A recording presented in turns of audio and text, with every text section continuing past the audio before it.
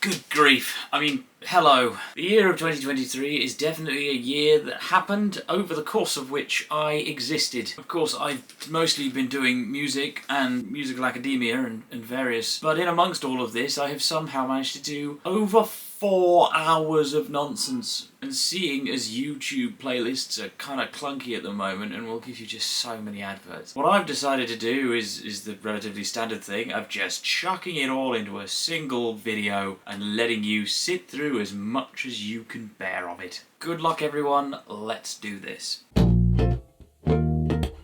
I have left many people actually speechless when I tell them that I don't have a calendar. I don't write down my appointments or meetings or events at all, really, normally. I just keep it all in my head. You know that stress you have to remember things? I just normalise that stress and keep going. This year I thought I might try change it up, get a calendar, you know, new year, new me. And because I'm still actually exactly the same, because why would I be anything else? I'm gonna make my own. Okay, so this is a Lucas Ruth pack that I literally found somewhere on the internet. And it's got instructions, and it's got like a leather case and some string, and you make the thing. And I'm excited. Let's do this.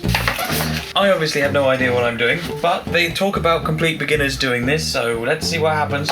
Okay, I've attached the microphone. Hopefully that should sound better now. And if you enjoy watching me be outwitted by incomplete inanimate objects, then you'll probably like quite a lot of what's on my channel, so you should subscribe. Also, check out my music. Anyway, right, okay, here are the instructions. First things first, lie your piece of leather flat on the surface that you will be sewing on.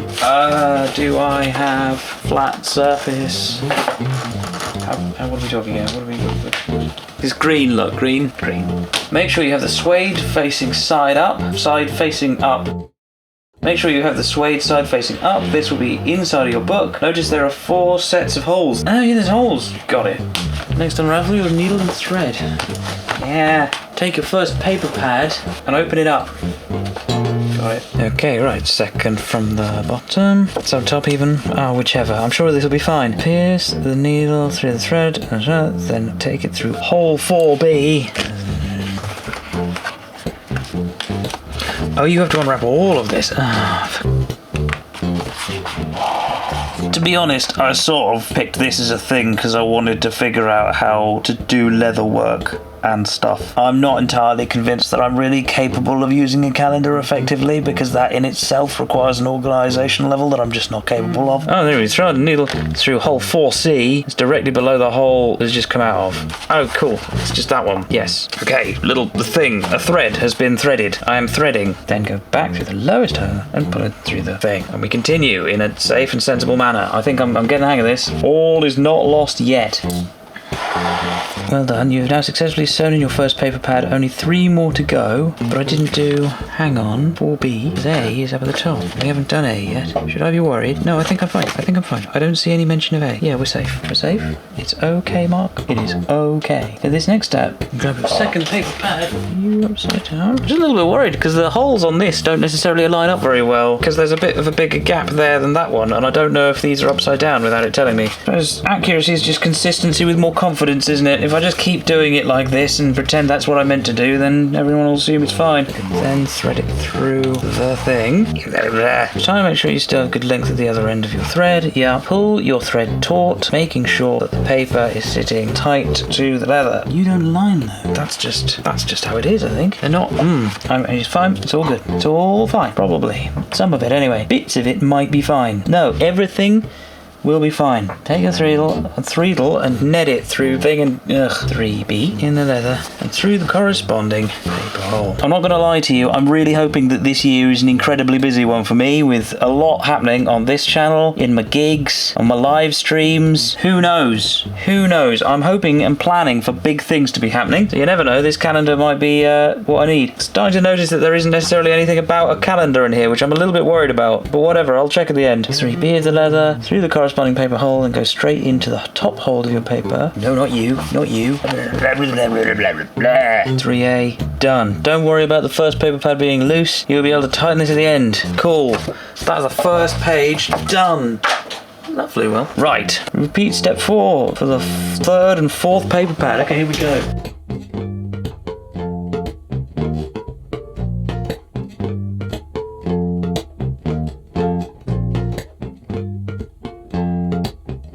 So I've actually got loads of ideas for what I want to do in the coming year with Weekly Nonsense ideas and live stream ideas and musical ideas, but I would love to know what you think my ideas are. So put in the comments, what do you think I'm planning on doing this year? Go on, I want to see what you guess. Oh my word, we have to go back through the whole thing from the outside of your book. Take your needle through 2A and the corresponding paper. You can now sew back down the book with your in and out motion. Go to 3D and repeat it. 4A. Got it, okay.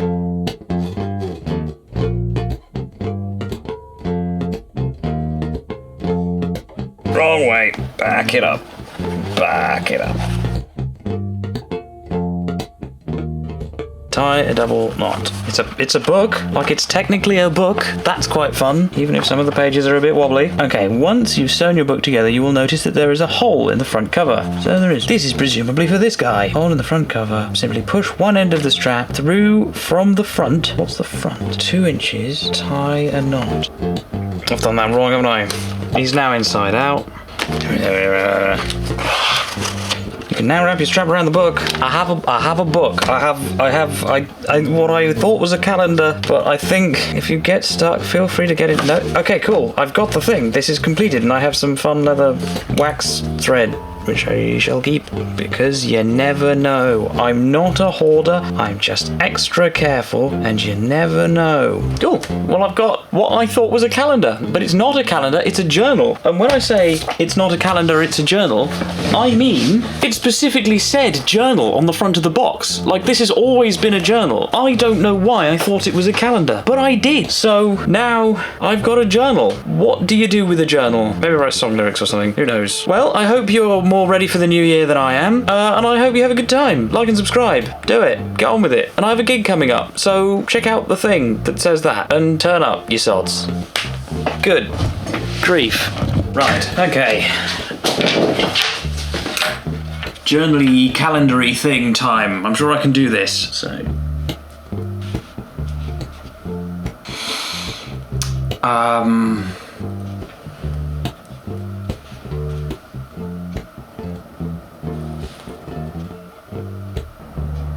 Ooh, yes. Yeah, and... There we go. This is going to be easy.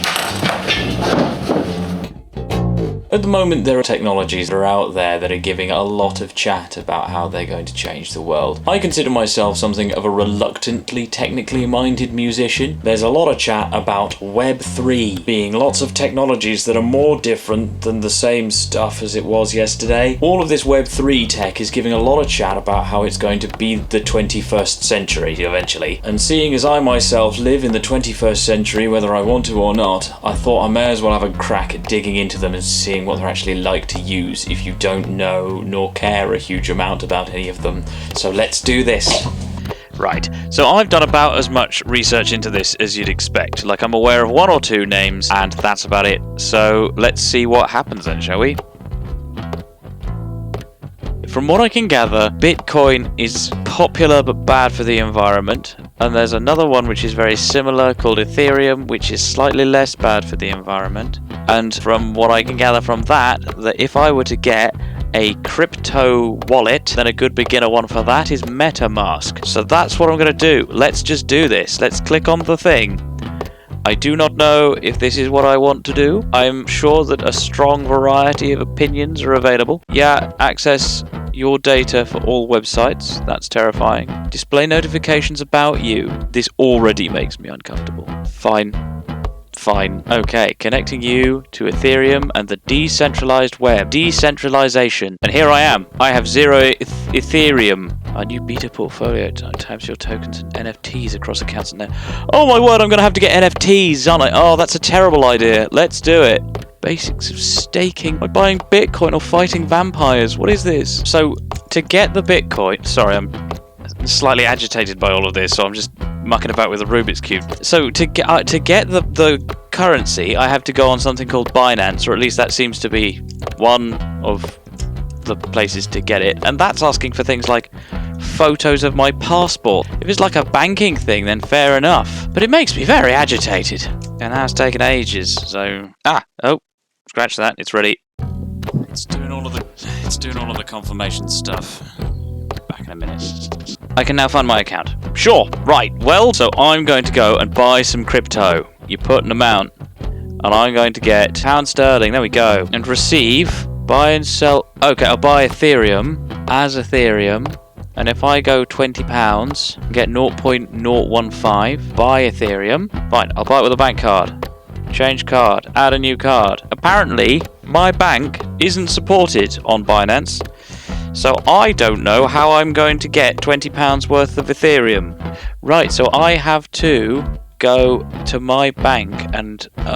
here we go. Fine. In that case, I think that calls for a tea break. No, I haven't gone for a tea break because my bank has immediately taken one look at me paying money towards cryptocurrency and going, well, you must be hacked then. So my bank account is so untrusting of cryptocurrency, it's literally seen me take £20, try and send £20 to this, and it has immediately banned me from doing so. Of course, for regular humans, there is a mixing of new concepts and software on old technology and hardware that brings a special flavour of frustrating boredom. I'm just watching a blank window as my phone struggles to load the various clever and fantastical things that the world is trying to give me now, or at least make me pay for. I've made up this new account on a place called Uphold, which seems to get NatWest's approval, but I don't think I've linked my wallet to it. I made that wallet as well, but I haven't connected it to this, so I don't know if I say confirm deposit here, where does it... If this doesn't work, I'm just gonna have to find some old recipe to cook up, because this is already getting silly. I was hoping I'd be able to do this reasonably quickly and then get onto like some games and some sites and stuff and do things, but this has taken longer than I was expecting. Done. Okay, that has been approved. I have approved that. So I am now the proud owner of 0.01529 Ethereum. Fine, good, right, cool. How do I buy things from Uphold? Right. Okay, I know it's literally taken 2 hours, but I now have 20 quid's worth of cryptocurrency. Look at me. 21st century guy that I am. Terrifying. So, I'm now going to go and spend it on just the lowest quality visual content I just like, what is this? Right, no. Stop whining, Mark. This will be fine. This will be great. Next step, I'm literally just going to Google purchase NFT. OpenSea, from what I can gather, is a place to buy all of your NFTs. Any NFTs you want. I'm not sure why. What NFT do I even want? The only reason why I'd buy art is to put it on the wall and make it look nice. You really have to buy it in Ethereum, don't you? Trending drawings and paintings, what are we getting? Right. So presumably, I should go through this and see if there's anything I at least like or enjoy. Is there anything that I enjoy that is on here? Literally anything. Gaming. What is there? Metroverse Genesis. So that's 40 quid though. Oh, what about this? Less than 0.01. Okay. We've got weapons stand. These are bits of games. Okay, so not games. I'm not playing any of the games that... I might have a go on one or two of the games in a minute, but I'm not on any of the games that can do this. So what about art? That caught my eye slightly more than anything else did. What are we talking? I am looking at a pig. What are they? What is this thing? Chonk Society? Great. Nothing like a fat unicorn cat. That was a reasonably nice picture. Oh, it's gone now. That's a shame. I saw a picture I liked and then it vanished. No.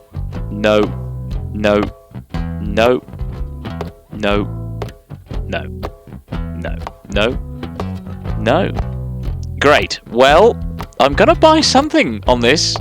I'm here now. Oh, I'm gonna have to create an account, aren't I? Photography. There's gotta be something. There's gotta be something. I don't care if I have it like a desktop background or something. I don't care. Oh, those look cheap. 0.01. I can almost afford that. 0.00. Yeah, okay, cool. What if I type in Cotswolds? What do I get? There's a Cotswolds crypto dictionary. Oh, I don't want to know. I do not want to know. Okay, we got some hilltop Cotswold views. technically that's off the escarpment. The escarpment is the edge of the Cotswolds, so they're looking out over an area that isn't in the Cotswolds.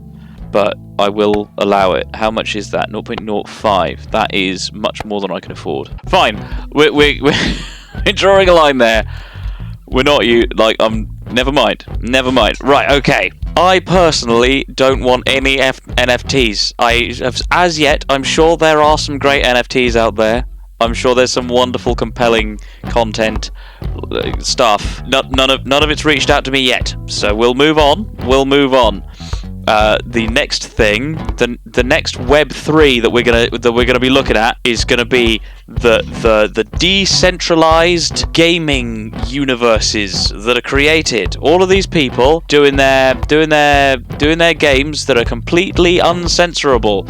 No one's really in charge. There's one called Decentraland, which I've got this far. I clicked on this before, so let's start exploring Decentraland. Let's see. Play using your wallet. Well, I have some Ethereum now, don't you know? Or I can play as a guest. I have the wallet. Let's do this. It's the first thing it wants is a MetaMask, and I made a MetaMask wallet, but that's not the wallet that I've got my Ethereum in. Well, I've got a MetaMask wallet. Yeah, it's got 0 Ethereum in there, but it can connect. The audio quality of me is going to dive off a cliff right now.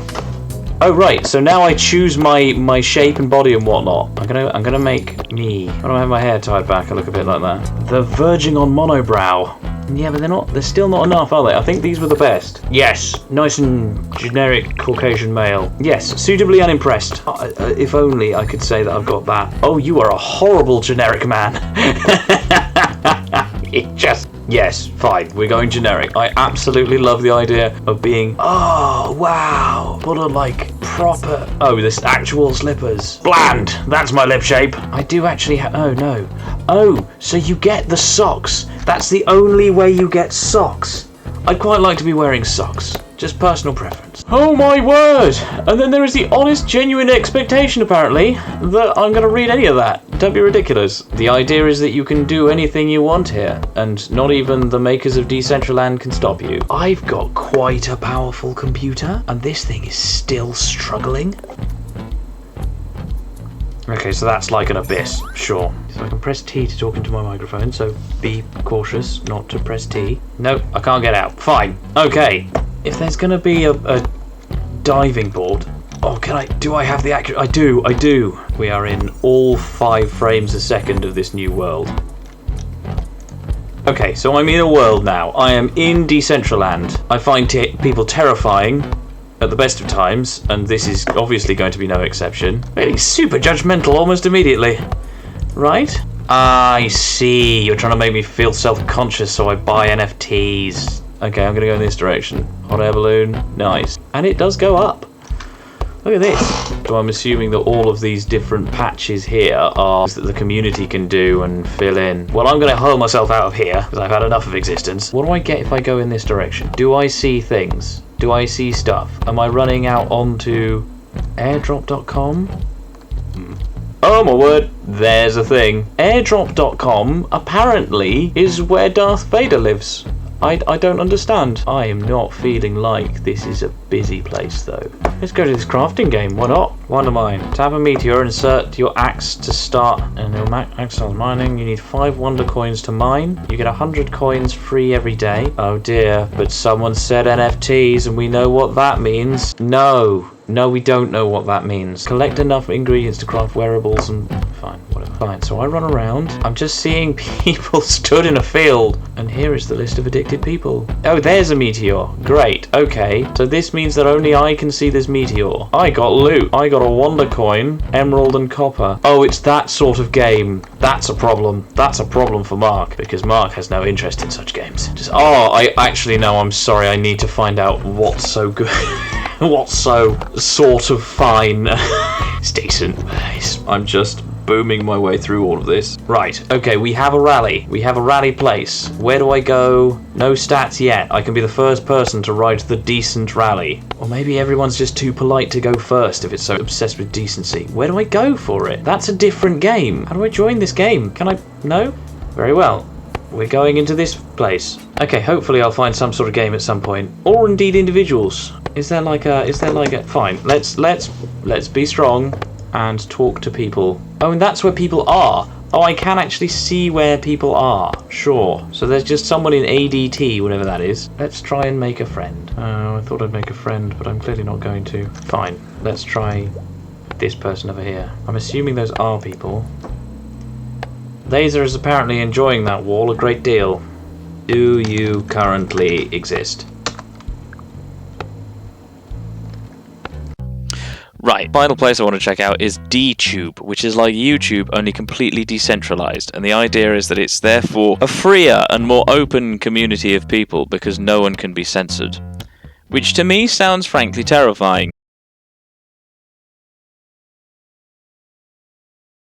Okay, right, yesterday went so badly trying to find anything of value. I thought I don't really have time to, but I just have to have another go at seeing, and I'd heard about this game called Sandbox, and it's another one of these decentralized or trying to be decentralized things. People set up events, and there's a play map like Decentraland, it seems, and there are events. Let's just see what happens. Nice! So I think the idea with this game is that it's another decentralized place, and you can, like, I don't know. I've heard people talk about it. It's apparently a game that exists. I mean, so far this is fine and all. I just don't know what the metaverse has to do with it. Right, so this one actually has people playing it, so that's encouraging. There are at least people about, and a llama, which is good. Oh, there's an abyss you can jump into.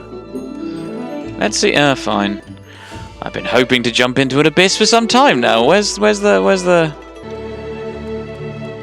an abyss? Oh, that's no fun.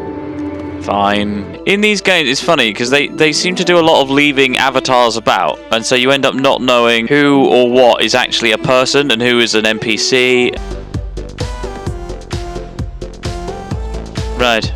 I suppose the main reason why I don't go on this sort of game is because I find people terrifying. The joy of being at home is it means I don't have to interact with them, so why would I then connect to a thing that means I have to interact with them at home? Let's go to thingammy, do this. The feast. So I am now a ninja frog. I feel like I'm supposed to be doing something important, but I'm a frog that apparently can climb trees to my death. Right, so there's some people vanishing, and I need to go and save them. This guy's just said that they might be in a restaurant. These people are all very stern. What do you have to say for yourself? Yuyan is serving its world-famous 9-course meal. People around the world come especially for this. Sounds delicious. I'll give it a try later. Oh, I only need to talk to 3 people. That is my sort of challenge. Please show me your invitation. Invitation? Can't you hear it? You need an invitation to join. Peasants like you will never have a chance to set foot in the restaurant. Now buzz off, alright? Chill. Okay, I am in the place. Oh, there's a thing down the bottom of quests, inventories and whatnot. NFTs? I have literally a brick. I can have a virtual brick as an NFT. The kitchen.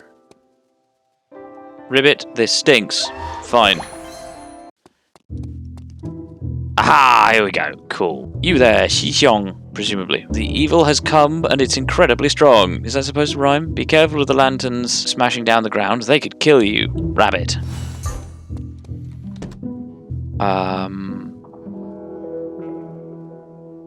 Well, the need to save the hostages has been put into perspective somewhat. Oh dear. There we go. With 2 health left. I mean, I thought I was trying to save everyone. They're all dead now. We're done. We're done. Options. Exit game. That was a perfectly fun little game. Like, it's not impossible that I might play that more. It's unlikely. But it's not impossible. But the fact of the matter is, I don't see what it had. So, the thing is, at the moment, And I'm sure there are some people having great ideas with Web3, and I'm sure there's some really cool concepts and some really like groundbreaking stuff happening somewhere. But at the moment, it's very difficult to find anything at all. Like, there isn't a shop front. Not only is there not really a shop front, even if I go looking, a lot of the top, like, these are the games to check out for Web3, and here are the things to look at. Quite often they've actually turned out to be full-on scams. So yeah, it's not that Web3 is inherently flawed or is inherently futile. It's that it's not able to display itself yet. And while I'm not able to even see what I'm looking at, I'm not able to see if there's anything I want in it. I'm not in there yet. But I hope you enjoyed this little foray into Web3. I sort of did, although I haven't got anything out of it, but whatever. If you enjoyed, like and subscribe. Do feel free to leave a comment if you have anything constructive to say. I'd love to know if anyone does. Have a time. It's been a while since I've done some bizarre, crazy historical recipe, so we're back here again. Now, a couple of weeks ago, of course, I made a jam roly-poly using the crazy old traditional recipes, but I found a meat roly-poly. Look at that. One of my favourite things about this roly-poly recipe is that not only do you put all it in, you make the suet pastry and all that, but you roll it up in something called a pudding cloth and then boil it for 2 hours? Which just... how is there any flavour left? Just... let's do it. As is standard procedure, step 1 is figuring out which ingredients I have forgotten to buy. Onions. Of course my lights run out of batteries. Something has to run out of batteries. The thing reset, and so now I don't know how heavy any of this is. That is saddening. 3/4 of a lub. What is 3/4 of a lub? Like, I know it's pound, but this thing is giving me pounds and ounces, and I don't, what does any of this mean? Yes, I want 12 ounces. Right, we go back to this one, because the thing's reset again. Everything is going perfectly into plan. Right, crust suet. Where is the suet? How much suet? 6 oz of chopped suet. Yes, that's what we like. When the recipe doesn't tell you how much water you need, because they assume that you already know how to cook. But sods. Mix well, add enough water to mix it into a firm paste. Got it. This is an eyeballing it thing. I can do this. I think the half a teaspoonful of salt goes in here as well. I'm sure. This might be suet crust. I know what the instructions said, it's just whether or not I followed them well enough. Who knows? I'm now gonna make the meat filling. It's literally just cold roasted meat minced, 2 large minced onions, and gravy. And that is the minced meat. There's gotta be a sharper knife than this. Absolutely every knife in this kitchen, about as sharp as the spoons. Oh, this is... oh no. Oh no. Oh dear. Was that both onions? That was both onions. There we go. Roughly minced, I'm gonna call that. Oh, I don't have a head, do I? Then I add ½ pound of any cold roast meat minced. 16 is the... so I want to take 8 out of this. There is 8 ounces of cold roasted meat. The recipe doesn't actually say where the gravy goes in, so I'm assuming that the gravy goes in here, and this is what is then poured into the pastry. And if you're looking for some raised steaks in all of this, like, I don't actually have time to cook any lunch as well, so whatever I end up making here will have to be my lunch. And then the gravy.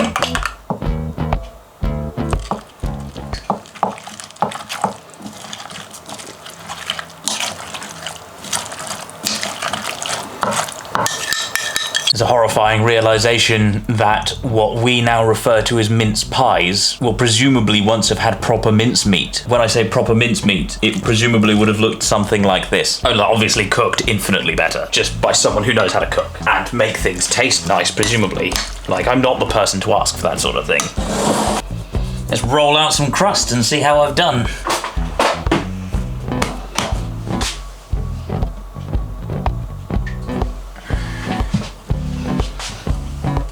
Right. How is all of this gonna fit? Oh my word. Okay, Okay, wet the edges. Yes, I changed the camera angle because the camera ran out of batteries, and this is the only place it can charge. Anyway, right, let's see if I can figure out how to roll all this up so that it fits in the actual pastry. I don't see it myself, but I'm gonna have to figure it out somehow.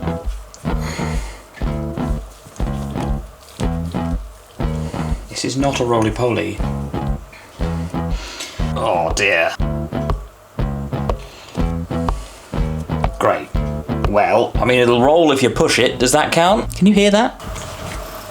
I am not convinced. It says, press well the ends before covering with a scalded and floured pudding cloth. Now, I've done some Googling, and apparently a pudding cloth is reasonably similar to a cheesecloth, so I'm going to use one of them. Yeah, lights run out of batteries again. So I have a horrible feeling that a scalded pudding cloth, it smacks of like a technical term for something, like, all I've done with this is just poured some hot water on it, chuck some flour on there, and I shall assume that means it's floured. Okay, please work, please work, please work, please work, please work. And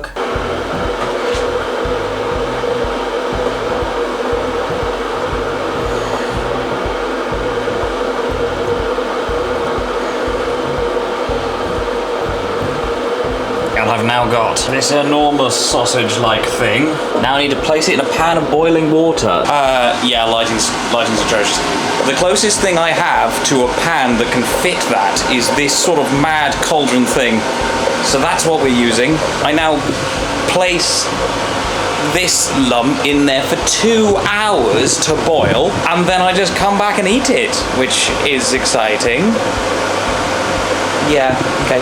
Let's see how catastrophically this goes. It's fully submerged in the water, so hopefully for the next 2 hours that will just transform into a beautiful lunch of dreams.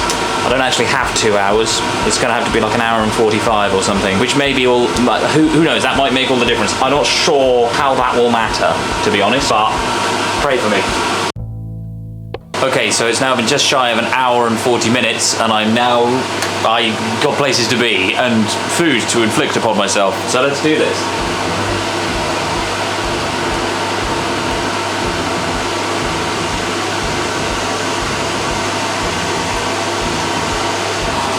Are you ready for this? It's going to be slightly underdone, but I just unroll it. Oh, that's weird. Oh, that's so strange. Oh, that hasn't worked, has it? What is this? Oh no. Oh, and then it unfolds itself. Oh, that's... What?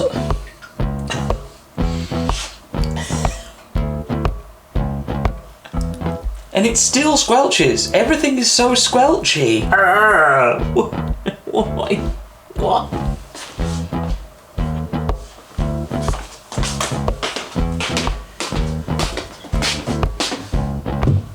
To be fair, it does actually smell very good. For some reason I thought it was going to have a tough case, but it's been boiled for 2 hours. Of course it isn't going to have a tough case. I know. I always have to divide all of the ingredients by 4, and I never learn. Let's try this then.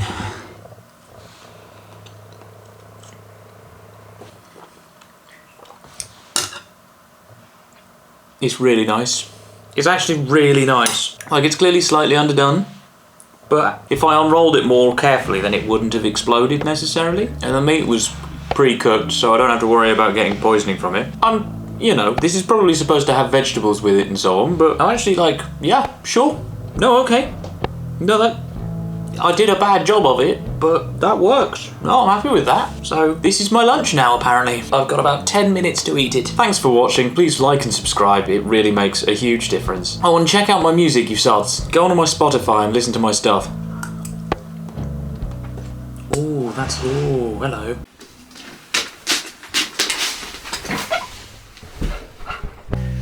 Okay, slightly different thing today. What I'm gonna do is I'm gonna collaborate on a song.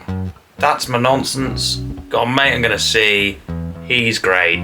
We're gonna try and write some songs. This should be interesting. This should be fun. We'll see if he gets upset with me for some reason. Sorry, I didn't realise you were there. I was using the hairdryer. I'm down momentarily at the moment. In a momentary moment. Oh, firstly, Jack. Yes. Jack, introduce yourself.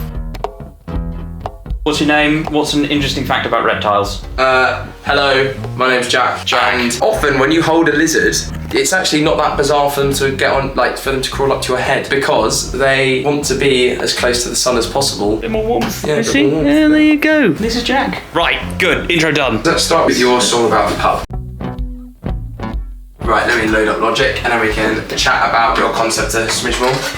Okay, right. So, would you like your song to be like a story or a bit more of like an ode? I'd like there to be some story, but I don't want to go full folk. You're just tuning your guitar, like, just flail around. Quickly open this up. In co-writes, I found out that having Google Doc open really helps.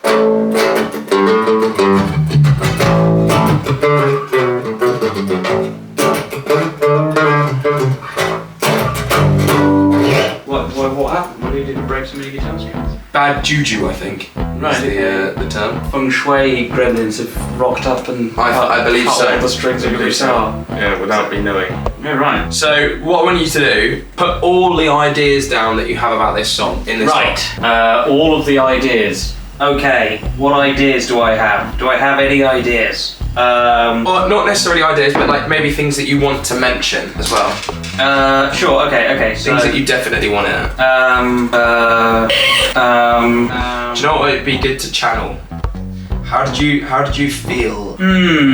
That'd be a good emotion. Sure, yeah, there's that. I think that would be a really good bridge.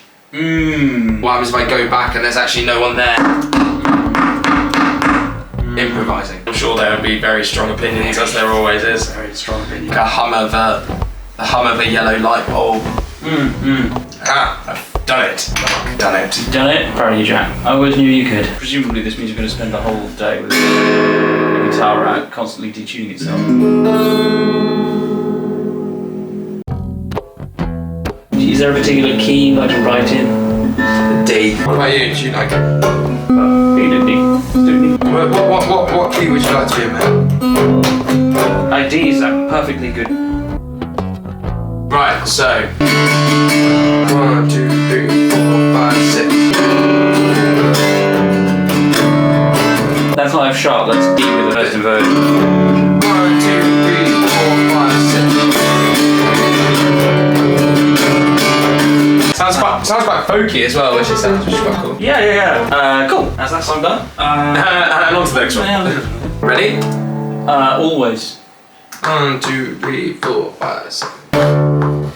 Nice. Sounds very hopeful. Yes, it does. Right, let's get to some lyric writing.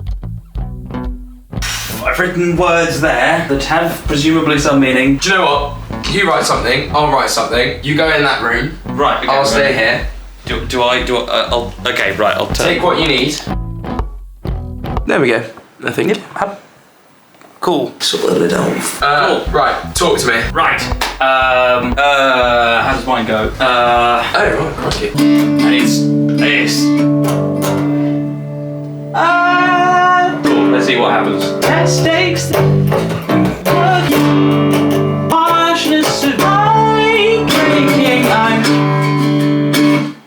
I love it. I think it's great. Well, yours is much better than mine. Mine's way more like being about being lonely in a workshop. I need to like change some syllables. I just borrowed your melody. Your chorus needs to stay. Sure. The chorus is brilliant. My lyrics always have the problem of like, yeah, but what are you actually talking about, Mark? I think your verse would really work for a second verse. What's the dying filament light bulb? Yeah, I think light bulb and light feels like the flick. Do you prefer hue or glow? Go on, try. Yeah, let's go with that. Dying yellow light bulb. Okay, sure. Anyway, let's come back to this. The lyrics. That's the badger. 1, 2, 3, 4, 5, 6. Flickering light bulb. Something like that. Something like this. It's only a demo, so it doesn't matter. Sorry, I accidentally selected that as the bit to listen to. It's like the least practiced line. Yeah. Sorry. The song that you wrote in 5 minutes was just as good as the song that you wrote over 6 weeks. Yeah, the record for me, I wrote a love song called You. It took 5 years to write or something. Oh. And there are so many sort of rules in it, like in every pre-chorus, the words rhyme phonetically but not literally. What's the scare? So stuck on what doesn't seem fair. Yeah. So stretched out you think that you'll tear, but don't worry, I'll always be there. Right. And so they all rhyme phonetically perfectly, but the spelling of each one is different. So when written down, they don't rhyme. Watching me eat. Yes, yeah. I'll just zoom in there. I'm gonna sneeze. That is the introduction to Jack. Hello. Jack also is a person who exists. I just asked him lots of questions about what he's doing with his music at the moment and how exciting it all is, but I didn't have the camera on for literally some reason. So, who are you and what are you doing here? Well, I'm Jack and I'm here because this is my home. So, Right, I was wondering. Okay. what do? I do indie rock music. I was invited. You were invited. Sort of. Anyway, sorry, you were saying. This. No, so I am Jack. I'm an indie rock artist and Jack Foz, and I'm releasing some sort of like. I'm gonna put a thing here of the thing. The thing. Oh, cool. Gotcha. I'm playing a lot of gigs, playing some other music stuff, do a lot of writing for myself and for other people as well, which is what we've been doing. So yeah, this is Jack. Hello. I have done interviews before. Um, So when's the next place that people can see you, and why? Why should they see you, Jack? Well, they should see me because I'm great, obviously. Where you probably may want to come and see me is on the 29th of March at the Hope and Anchor in Islington, supporting some bands. This is me. You can actually in real life get this close if you come and see me. And Just like this, It's like like my my- enormous forehead. yeah, 29. Come see me in Islington. Hope and Anchor. See you there. Yeah, exactly. Now, normally what happens is that you cut away to the next shot. Nice. But I think we're just gonna sit here. That's cool. Actually, no, that just makes me look like I'm bad at editing videos, doesn't it? Should we move or something? No, we'll just. Wait, no.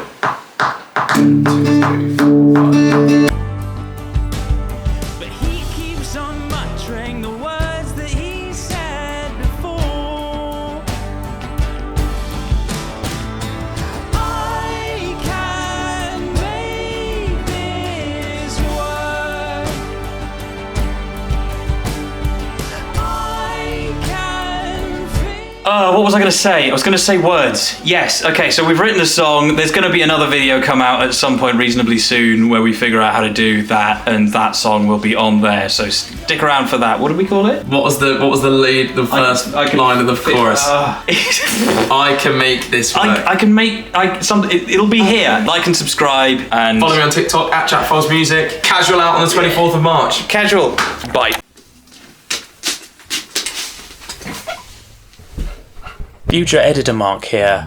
If you are at all into jewellery making, please watch this and list all of the things you spot me doing wrong.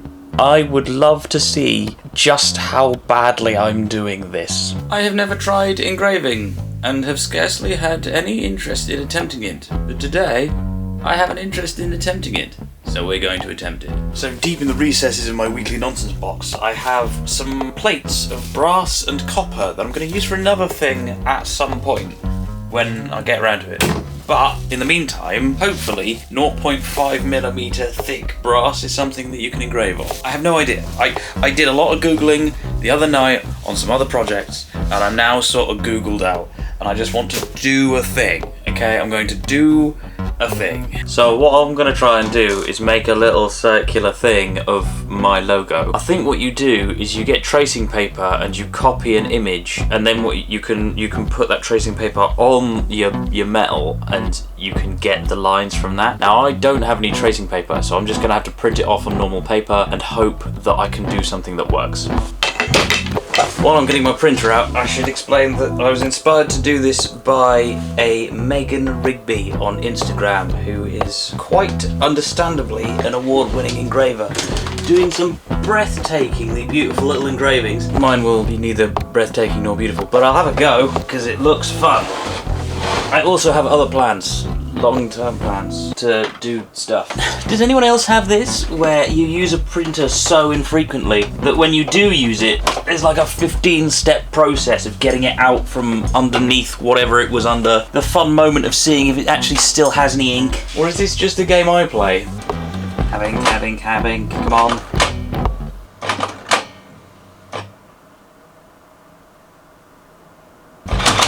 Oh, there we go. Cool. I have a thing. My logo is simple, and therein lies my hope. Okay, so I got my brass. Was this the brass? Oh no, this is the copper. Too late now. I got my copper, and I remember seeing a video somewhere where someone something wax something, and then stuck it down, and then they etched the line, because then they had the line, and then they could do all the rest of the engraving. So I'm going to try and do that, because I have some wax somewhere. I wonder where my beeswax went.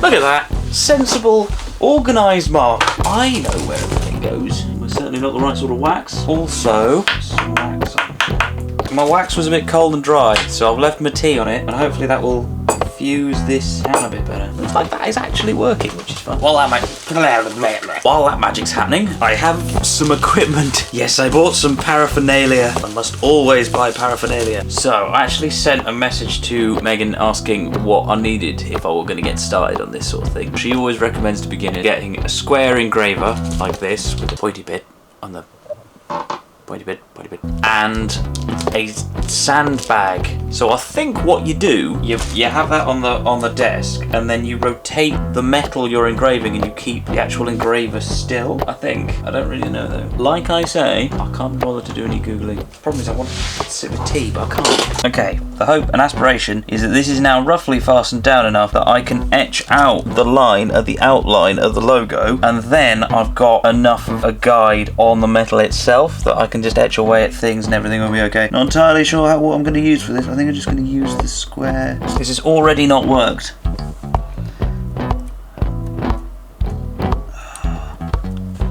Okay, the whole thing's come off. Great. Step 1 did not work. Let's put that back on there. We'll be back shortly. Okay, what I'll try is just pressing in on this so that I'll have like dots along, and then the hope is that I'll be able to just connect all the dots together afterwards. Of course, as I'm obviously not using this yet in the way it's supposed to be used, it's really uncomfortable, but it's worth it. It's all worth it, I think.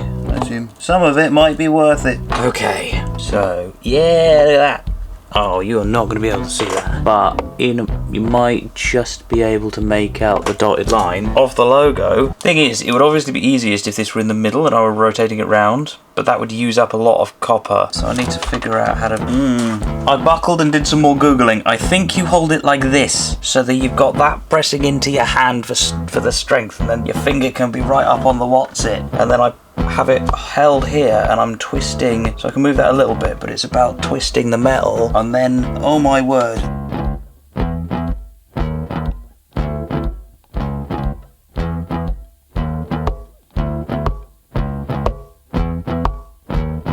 So because it's such thin metal, it keeps bending, doesn't it? Of course it does, because I'm applying a lot of pressure. And that's clearly why you move the metal and not the engraver, because I've just drawn a massive line across the thing. I'm sure it'll be okay.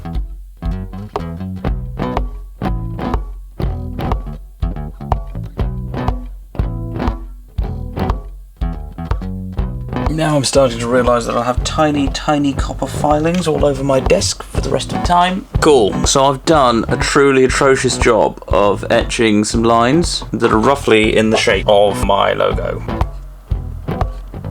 Right, so I'm assuming that now I've done the lines, I can start etching in the actual areas, and instead of using the pointy bit, because this is a square engraver, instead of using the pointy bit, I'm using the side to give like a flatter etching. So I'd be here all day if I had to use the pointy bit for all of these big areas.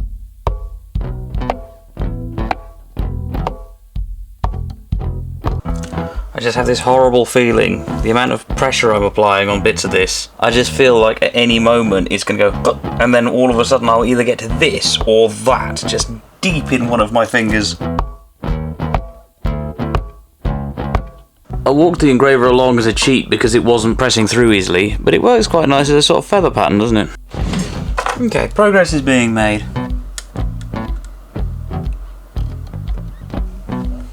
while it still looks really bad, I'm getting to a point where not every attempt at engraving anything at all is met with a mixture of surprise, horror and agony, so I think I'm starting to get a feel for it. And while I once saw a video where they used wax to etch the thing to begin with, it's made everything stickier and much more difficult, so I wonder if I should have paid attention to that. Although it had its advantages, it now has its disadvantages. Okay, you missed a bit because my camera ran out of batteries. But as far as etching is concerned, it looks pretty rough, but the shape is in there somewhere. So I have plans for it next, because etching on 0.3 millimeters of copper means that it's already, you know, going through the other side. So some more parts need to arrive, and then I will have the next step.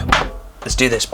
Right, and so my first ever attempt at some engraving is gone. Like, what was I expecting? You can sort of see a thing in there, but if I go any deeper it'll cut through. And while I have some plans to that effect at some point, I know it'll only go terribly. But I have had an idea of how to make it go terribly in a different way. I've bought some enamel glass for metal, and I have no idea how to use it.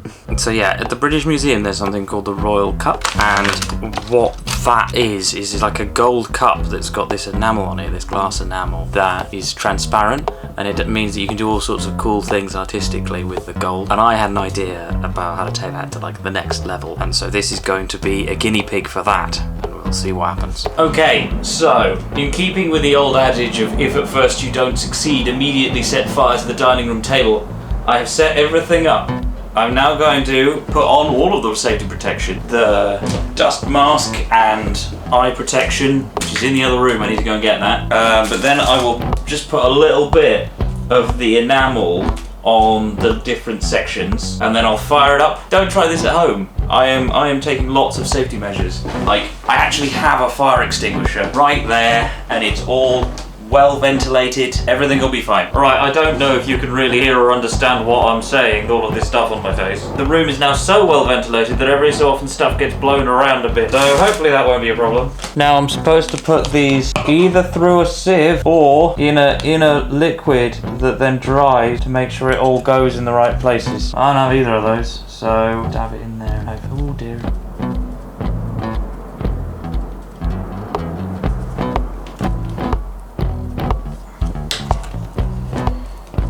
Okay, fine. I'm now gonna give this a go and see what happens. Fire extinguisher is over there. The camera is, yes, about to run out of batteries.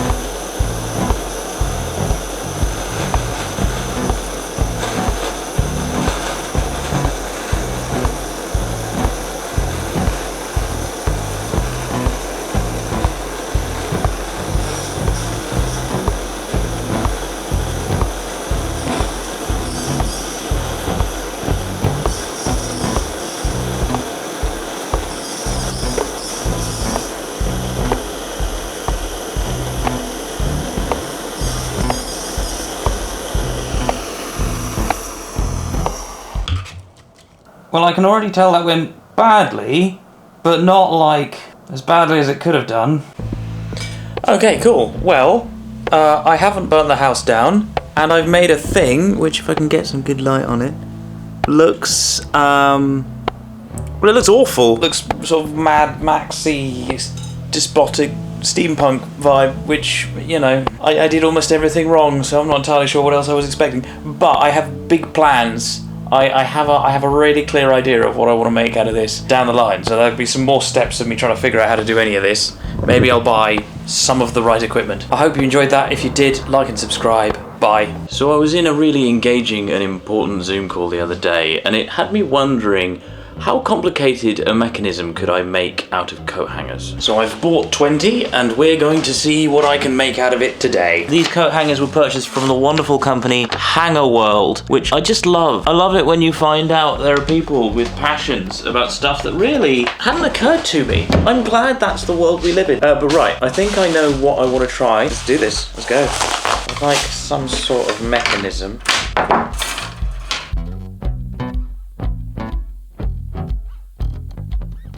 And yes, as this is going to be a day of lots of recording extended periods, it's going to be another day of an awful lot of cameras running out of batteries. We can acknowledge this from the outset. I'd like a sort of basic frame that a lot of things could work from, but I can't be bothered to draw any concepts or anything, so this will just have to be off the top of my head.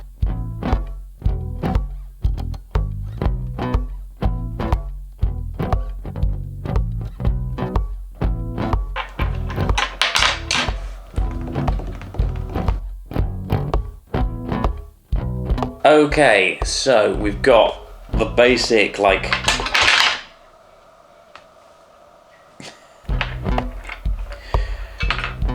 Yeah, that does happen a lot, doesn't it?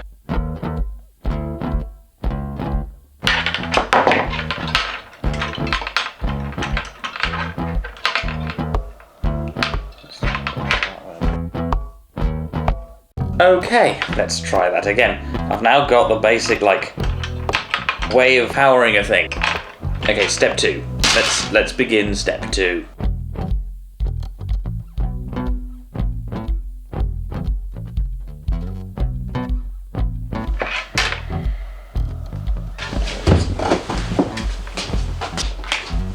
Okay.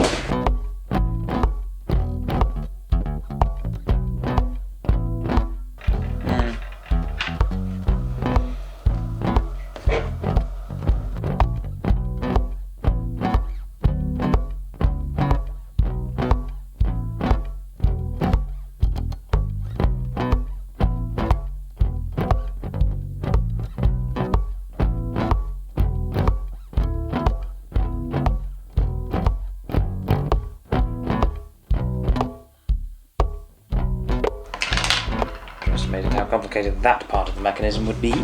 Push down. Oh, will that work? It might work. Another thought. Camera's about to run out of batteries.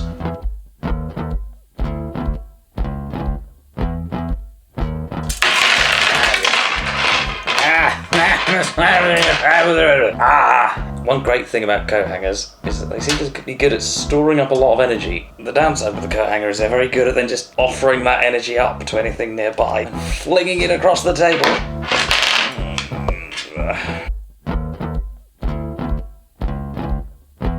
Okay, you missed a bit because my camera ran out of batteries, but I've now made it so when you turn the crank, it flaps some little wings it's got.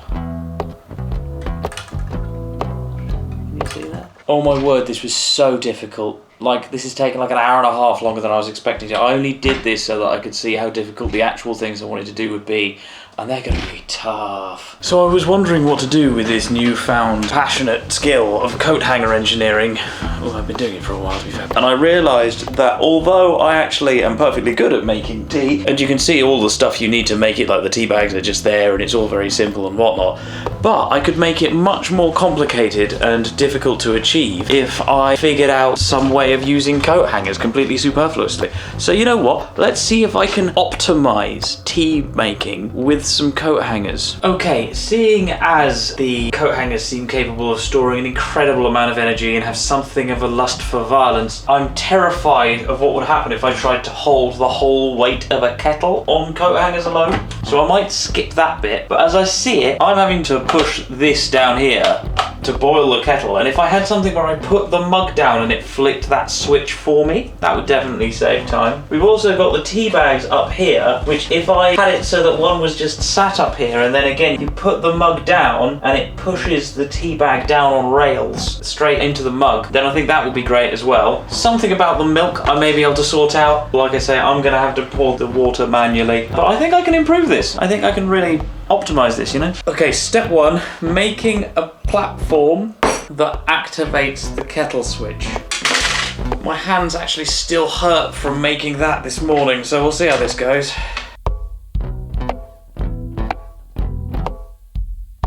So I want it so that when I push down on this side, it pushes down on that side. I want to have it so that that sort of levers around the centre. One thing I found agonising about this is that when you've got a straight line and you think, oh, I'll just fasten it onto the straight line somewhere, it doesn't work. Like, it always slides off and everything goes, does this even still work? It does still work. Oh, that's so exciting. Oh, no, it's broken. But yeah, so you can't just have a straight line, you have to have something to fasten stuff onto. It's quite a fun challenge for a design standpoint. If you don't stop it moving in that direction, it will go in that direction, whether you want it to or not. It's always inherently strong enough that if you move it, it affects everything else nearby, but everything you make out of it is always fragile enough that it is always completely broken if it's touched by anything nearby. Right, okay, so we've got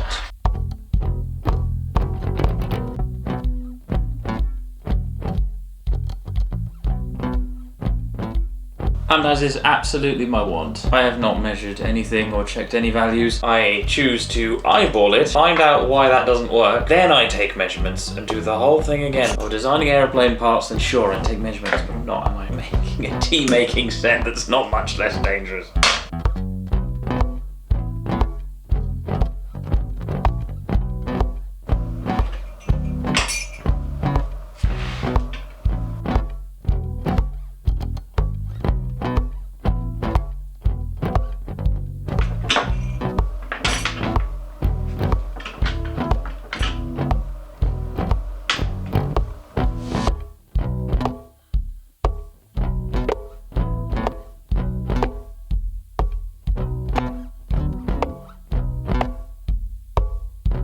How's this for a first prototype? It works. As long as I take the mug off again, I think, yeah, see? It doesn't, I was worried it would just hold it down and carry on boiling. The next step is to have another pad, which when I put the mug down there, it pulls a tea bag from the box. So what I think I want for this is, so the tea bag sat on a flat bit at the top. You have a chute going down, and when you press down on the pad at the bottom, it lifts up that platform that the tea bag is on, and so the tea bag slides down the chute into the mug. That is the dream. And if this is the sort of thing that you're genuinely into for some reason, then do like and subscribe.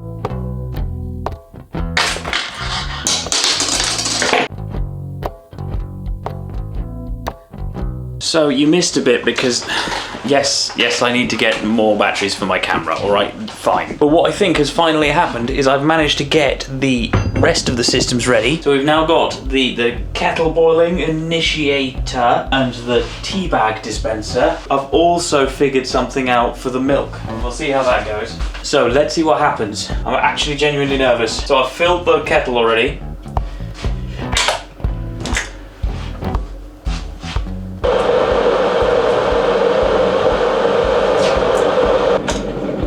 Still able to stop boiling. So I generally like my tea as it comes, so for now we're going to assume that I want to leave the tea bag in the tea. Because no, of course I didn't make a mechanism that pulls the tea bag out of a cup of tea, I didn't think of it. But finally we have the milk dispenser. So obviously I need to prepare the milk dispenser, and that means pouring milk into it. But it's fine, because it means I'll be able to pour the milk more efficiently in a sec. Probably more milk than I needed or whatever. So, now this is the least tested of the system, so I'm a little nervous. But I think I should, once I remove the locking mechanism, I should be able to just...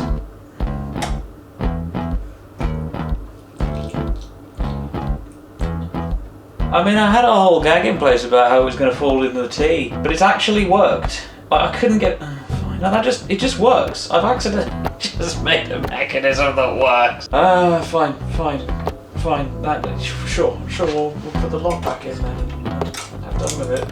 Fine. Once you've finished pouring the milk into the tea, all you have to do is take that down and clean up the milk spillage, and of course wash all of the rest of the extra things that you've used, and throw away the milk that is spare, and maybe clean up after it a bit. But yes, so there we go. Full cup of tea that's just sort of worked almost flawlessly. One of the mechanisms wasn't necessarily first time. But other than that, I'm happy. So yeah, like and subscribe. Check out the rest of the stuff on my channel. Bye then. It still works. I'm amazed.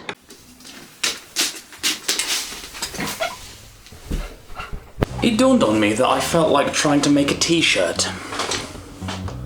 So I've got a sewing machine, I've got something called a pattern and some cloth, and I'm going to see what happens. I have literally never used a pattern before. I'm not entirely sure I've really seen one, and I have no idea how to use it. So we're just going to see what happens. There are instructions. I have hope. For beginners, use a woven contrast fabric for the placket.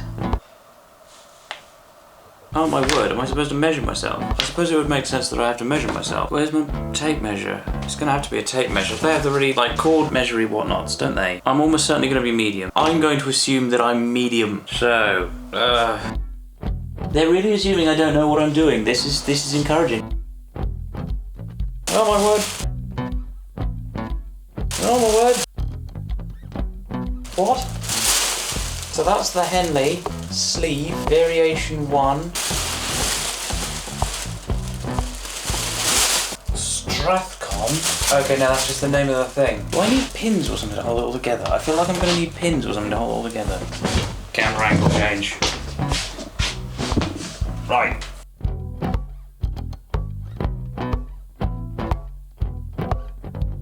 Do I cut them out first? I assume I cut them out first.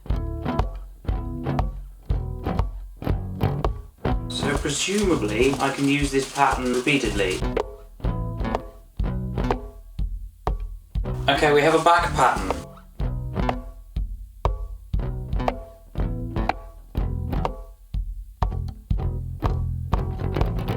This is apparently a hemband.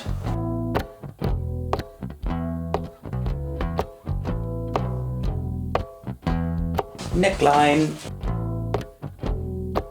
Oh, you're about to run out of batteries and all, aren't you? So, I've got to the point of the instructions where it says, make sure you wash and dry your fabric before you start making stuff with it, because it shrinks, depending on the fabric you're using. So I thought, well, maybe my fabric will be okay, because I don't really have time to go and wash and dry it. And my fabric, on the website, it says, make sure you wash the stuff before you use it, because you've got to allow for at least 10% shrinkage. So I've now got to figure out how to wash and dry this stuff in about an hour. And it says on the website, be careful how you wash and dry it. We're not going to accept liability if you're going to wash and dry it in a silly, horrendous way that ruins the fabric. But I may have to wing it anyway, because I don't really have the time. I want to try and do this today. So I think I'm going to have a look at my washing machine and see what it will allow.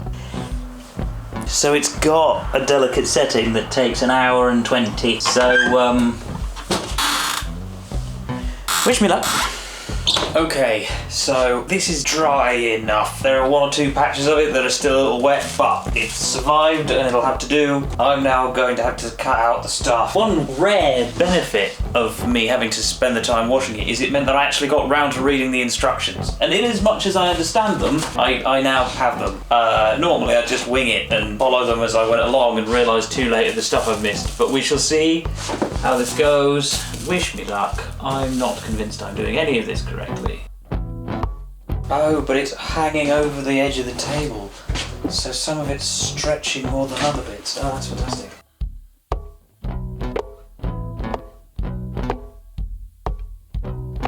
All of a sudden I have a suspicion I'm supposed to iron these onto them. Who knows, like none of the lines I'm doing are anything like the lines I'm supposed to be. So I think I'm just doing this wrong. Just doing it wrong. Ah, there's one down here. This here is something that I need to keep. Okay, for reasons unbeknownst to me, I have chosen to do this in wool. Well, I do know why I've chosen to do it in wool, but I've chosen to do it in wool, and that definitely hasn't made it easier, and it's definitely my fault, but here we are.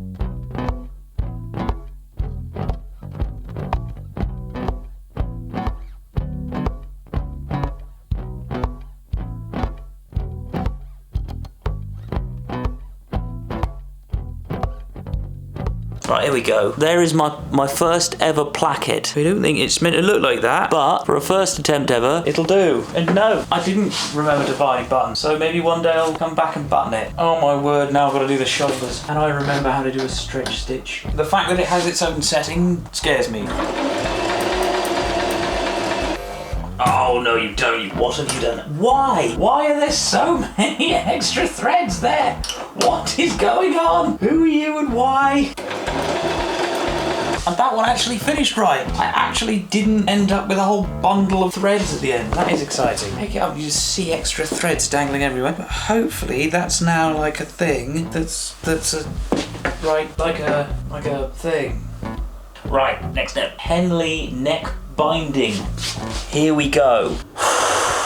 Okay, you missed a bit because my camera ran out of space, and then it ran out of batteries, and then it was the end of the day.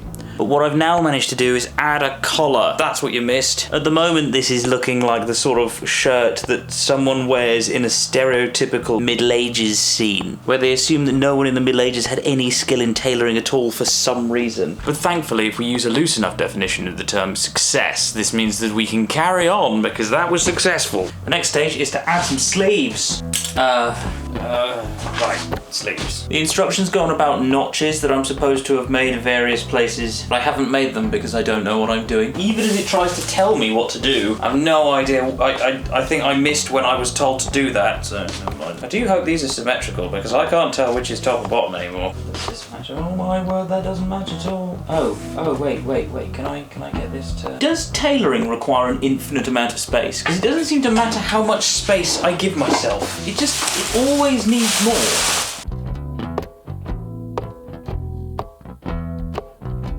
I'm not convinced I've done it right. I can't even figure out how to show you it because it looks rough.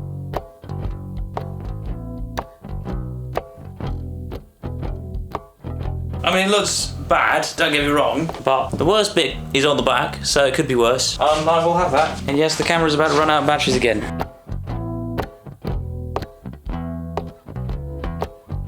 This is one sleeve top. Oh my god, look at this, look at these, look at that.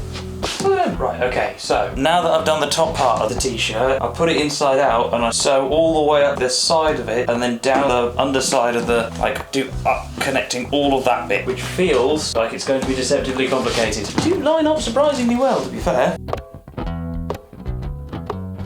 Okay, so this is going to be a really long stitch. With the smaller stitches, I had the time to look at what I've done, look at how badly it's gone wrong, to weep, try and fix things, realise I can't fix things, just judge myself terribly, and slowly lose the purpose and meaning of my existence. With this, it's going to be a longer stitch, so it's so long that it's all too late by the time I realise what's wrong. So yeah, just wish me luck. Who knows? Let's see if I can cope.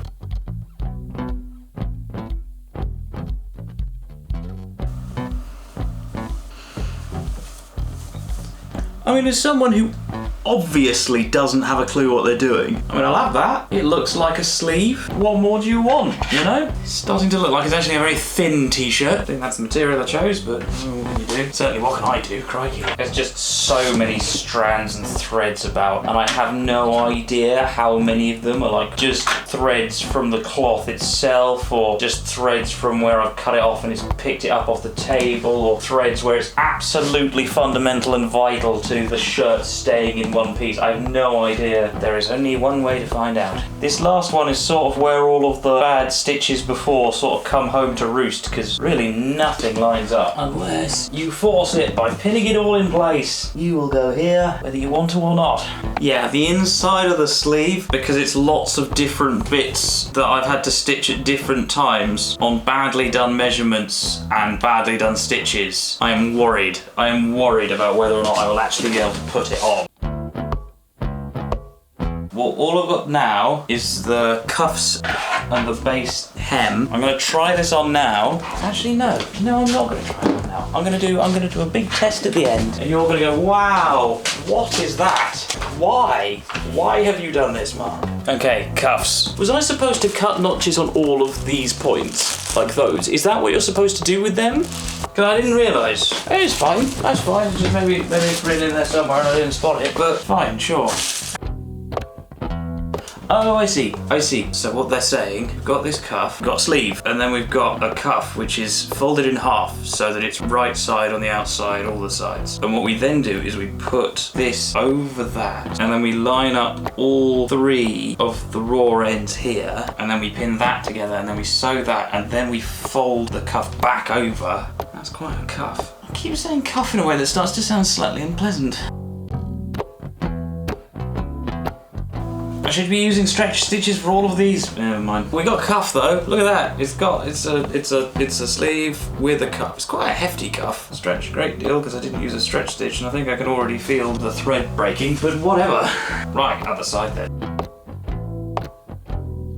I have a horrible feeling that I'm starting to be able to tell which is the right and wrong side of this cloth, and that there is actually a right and wrong side. And then I will have something of a t-shirt.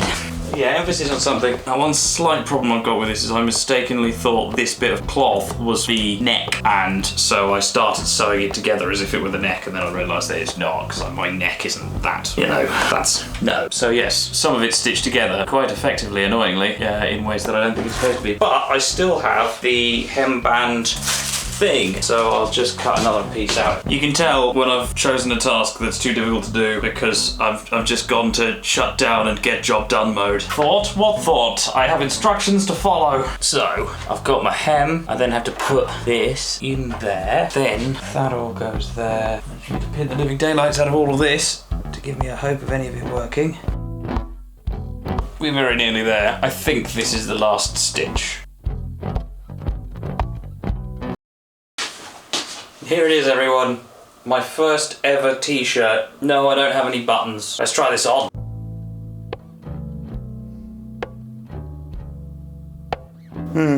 Like, to be honest, I'm actually really pleased. It looks like a t-shirt at the end of the day. It's got...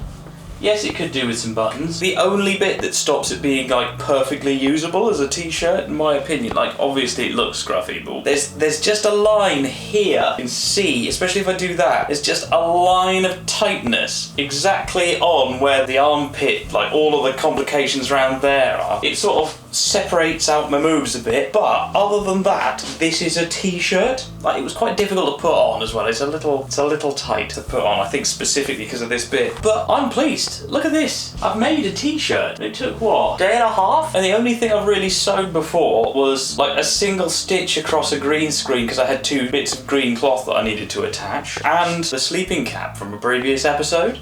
So it's a t-shirt. But considering, I thought there were points while I was making this where I thought this is not going to be wearable as a t-shirt. In my head, I had a much worse image of a t-shirt than this. So I'm shocking this is a win, mate. I hope somehow you enjoyed this episode. If you did, please like and subscribe. Sign up to my newsletter, watch my music videos, all of that. Just, like, it's a t-shirt. I'm still, like, I'm wearing a t-shirt that I made.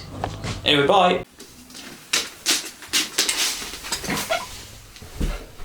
It's been a while since I've done a crazy old recipe on this channel, so I thought in honour of the coronation I'd have a look in my old recipe books and see if there's anything that mentions royalty or something relevant. Thankfully, I found a recipe called brisket à la royal, which is quite frankly insane. I also have no idea really what brisket is or how to cook it, and I don't understand what some of the words mean. So let's go! So first things first, I need to get the ingredients, which are a brisket of beef, fat bacon, chopped parsley, chopped oysters, nutmeg pepper, a pint of red wine, and flour. And then I think some pickles at the end. It doesn't give any amounts for any of these things, so I'll just get some stuff.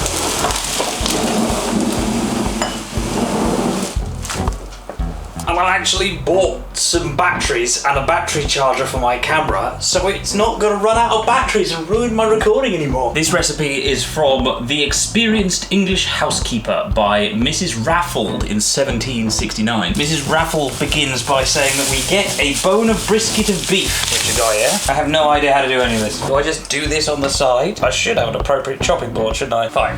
Chopping board. Knives. I suspect you're going to watch a lot of violations of food safety standards with this, because I don't normally work with fresh meat and things very often. But it's cooked for ages at the end, so I'll assume everything's fine.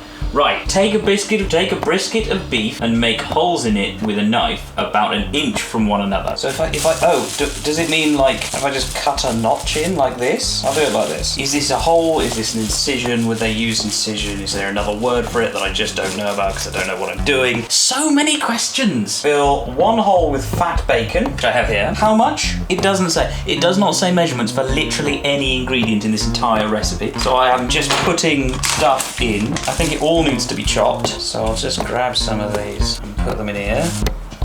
I don't have any sharp knives. Is this any better? Yes, it is a bit better.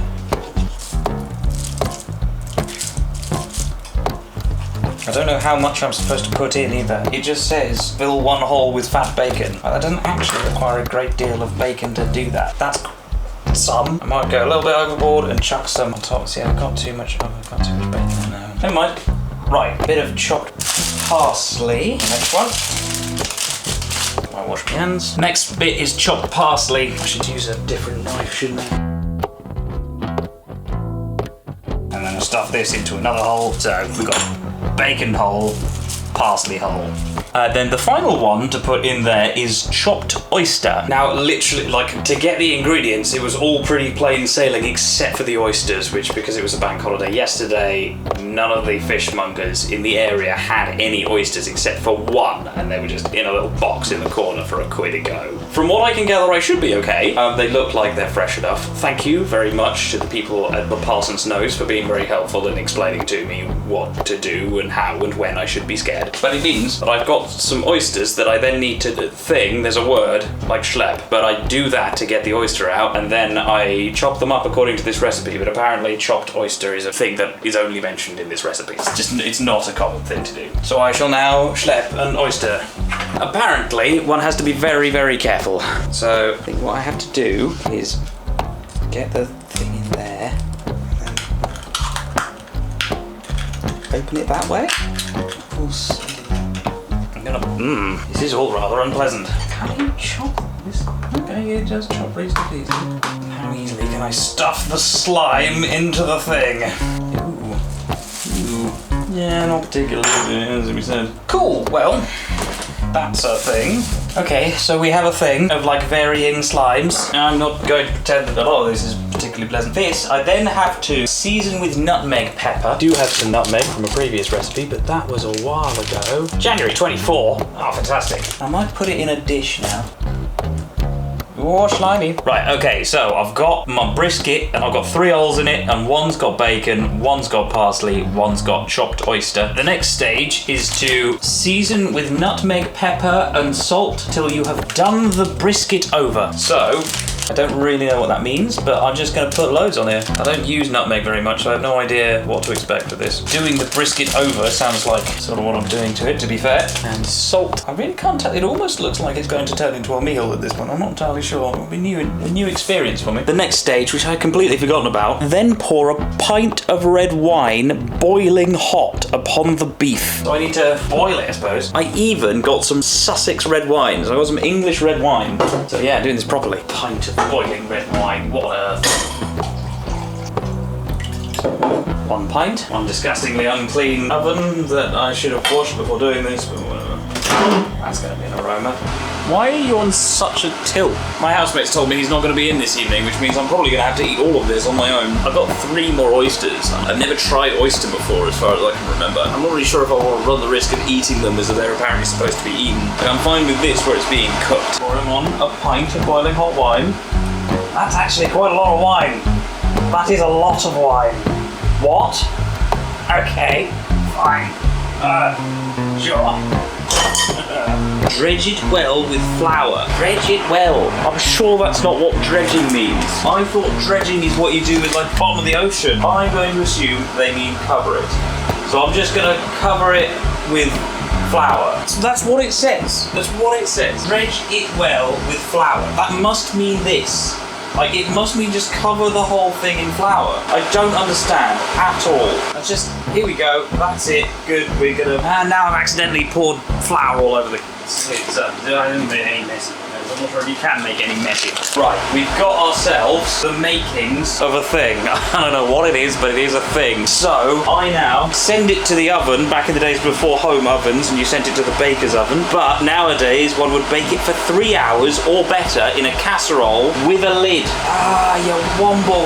Lid. Just put this over the top of it. That will do. Right, I'm already well behind. Right, we now leave that for 3 hours or better at about 160 degrees C or 325 degrees Fahrenheit if you're into that sort of thing, and we see what happens. Good luck, everyone. Okay, it has now been 3 and a bit hours, so we're going to see what this is like. I'm going to turn this on now. Okay, what have we got? Right, it looks okay, so the next thing to do is to take off the fat and strain the gravy over your beef. There's definitely not supposed to be that much flour just all over it. Where's the sieve? I'll strain the gravy. I don't know if you can see this at all. Cool. Well, that does look like gravy. Great. And then, all that's left... Ow, I am zoomed in.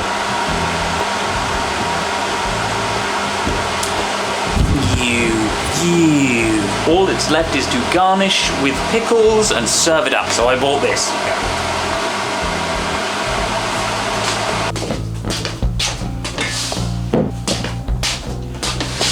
Okay, brisket a la Royale in celebration of the coronation of King Charles III. Oh, and I'm going straight into the oyster section. I mean, it looks like beef. Like it looks. Nicely done.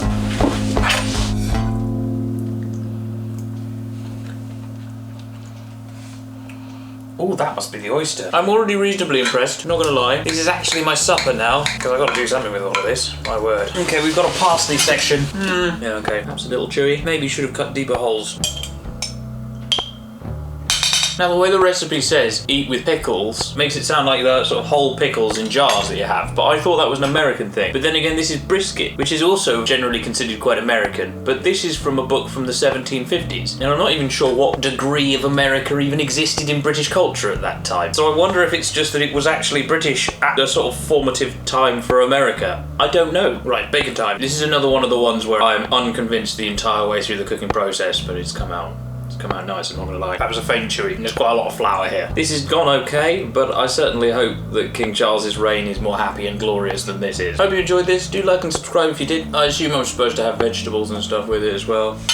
I don't really know. I mean, the point of pickles is it's a vegetable preserve, isn't it? So, like, this makes more sense if you were, like, having this at any old time of year. In fairness, this has made more sense of pickles' flavour palette than anything else I've eaten pickles with. I should turn the camera on for now. I'm just enjoying this brisket.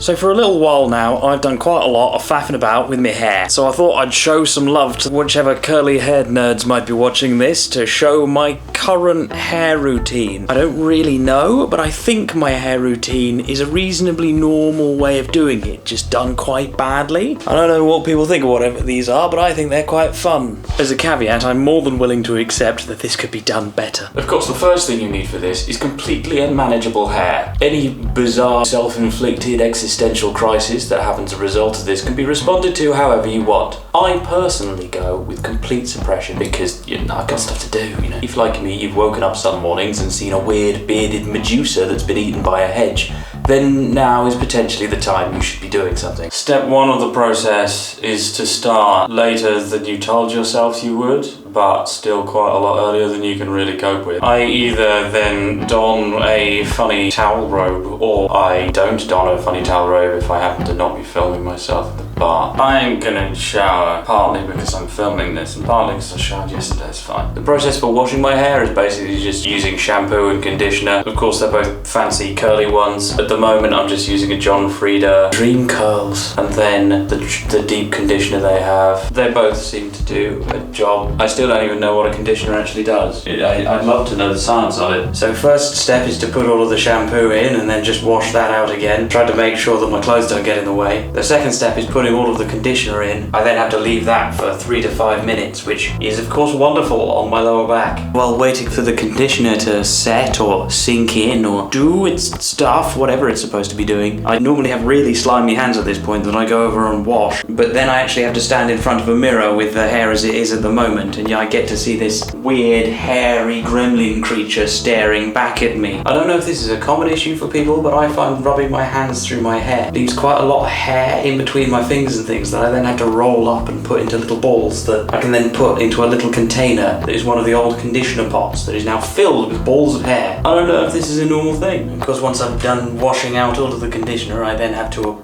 wash all of the purifying slime off the various things. Then of course I end up with another hairball that I have to roll up and put in the little container. I now do what I believe is referred to as the curly girl method, only I think I do it in quite a lazy way. People always say when faffing with curly hair, what you do is you put it into sections and then you faff in each bit of the hair. You go through all of the process. Normally what they recommend is like quarters or something, reasonably small sections. That's what I see a lot of people breaking it down to. I can't be bothered. Each process takes too long, but if you don't break it down into sections, it doesn't look as good. So what I tend to do is I'll separate down the middle, tie up one side and use one of these, and no, I don't know if this is the right sort of thing to use, and normally what happens is it all falls out immediately, so it probably isn't. And then what I'll do is I'll do it each step half by half. So the steps, right, I've got a leave-in conditioner. This is Cantu. It's pretty intense, the Cantu one, pretty heavy. I used to use Sheer,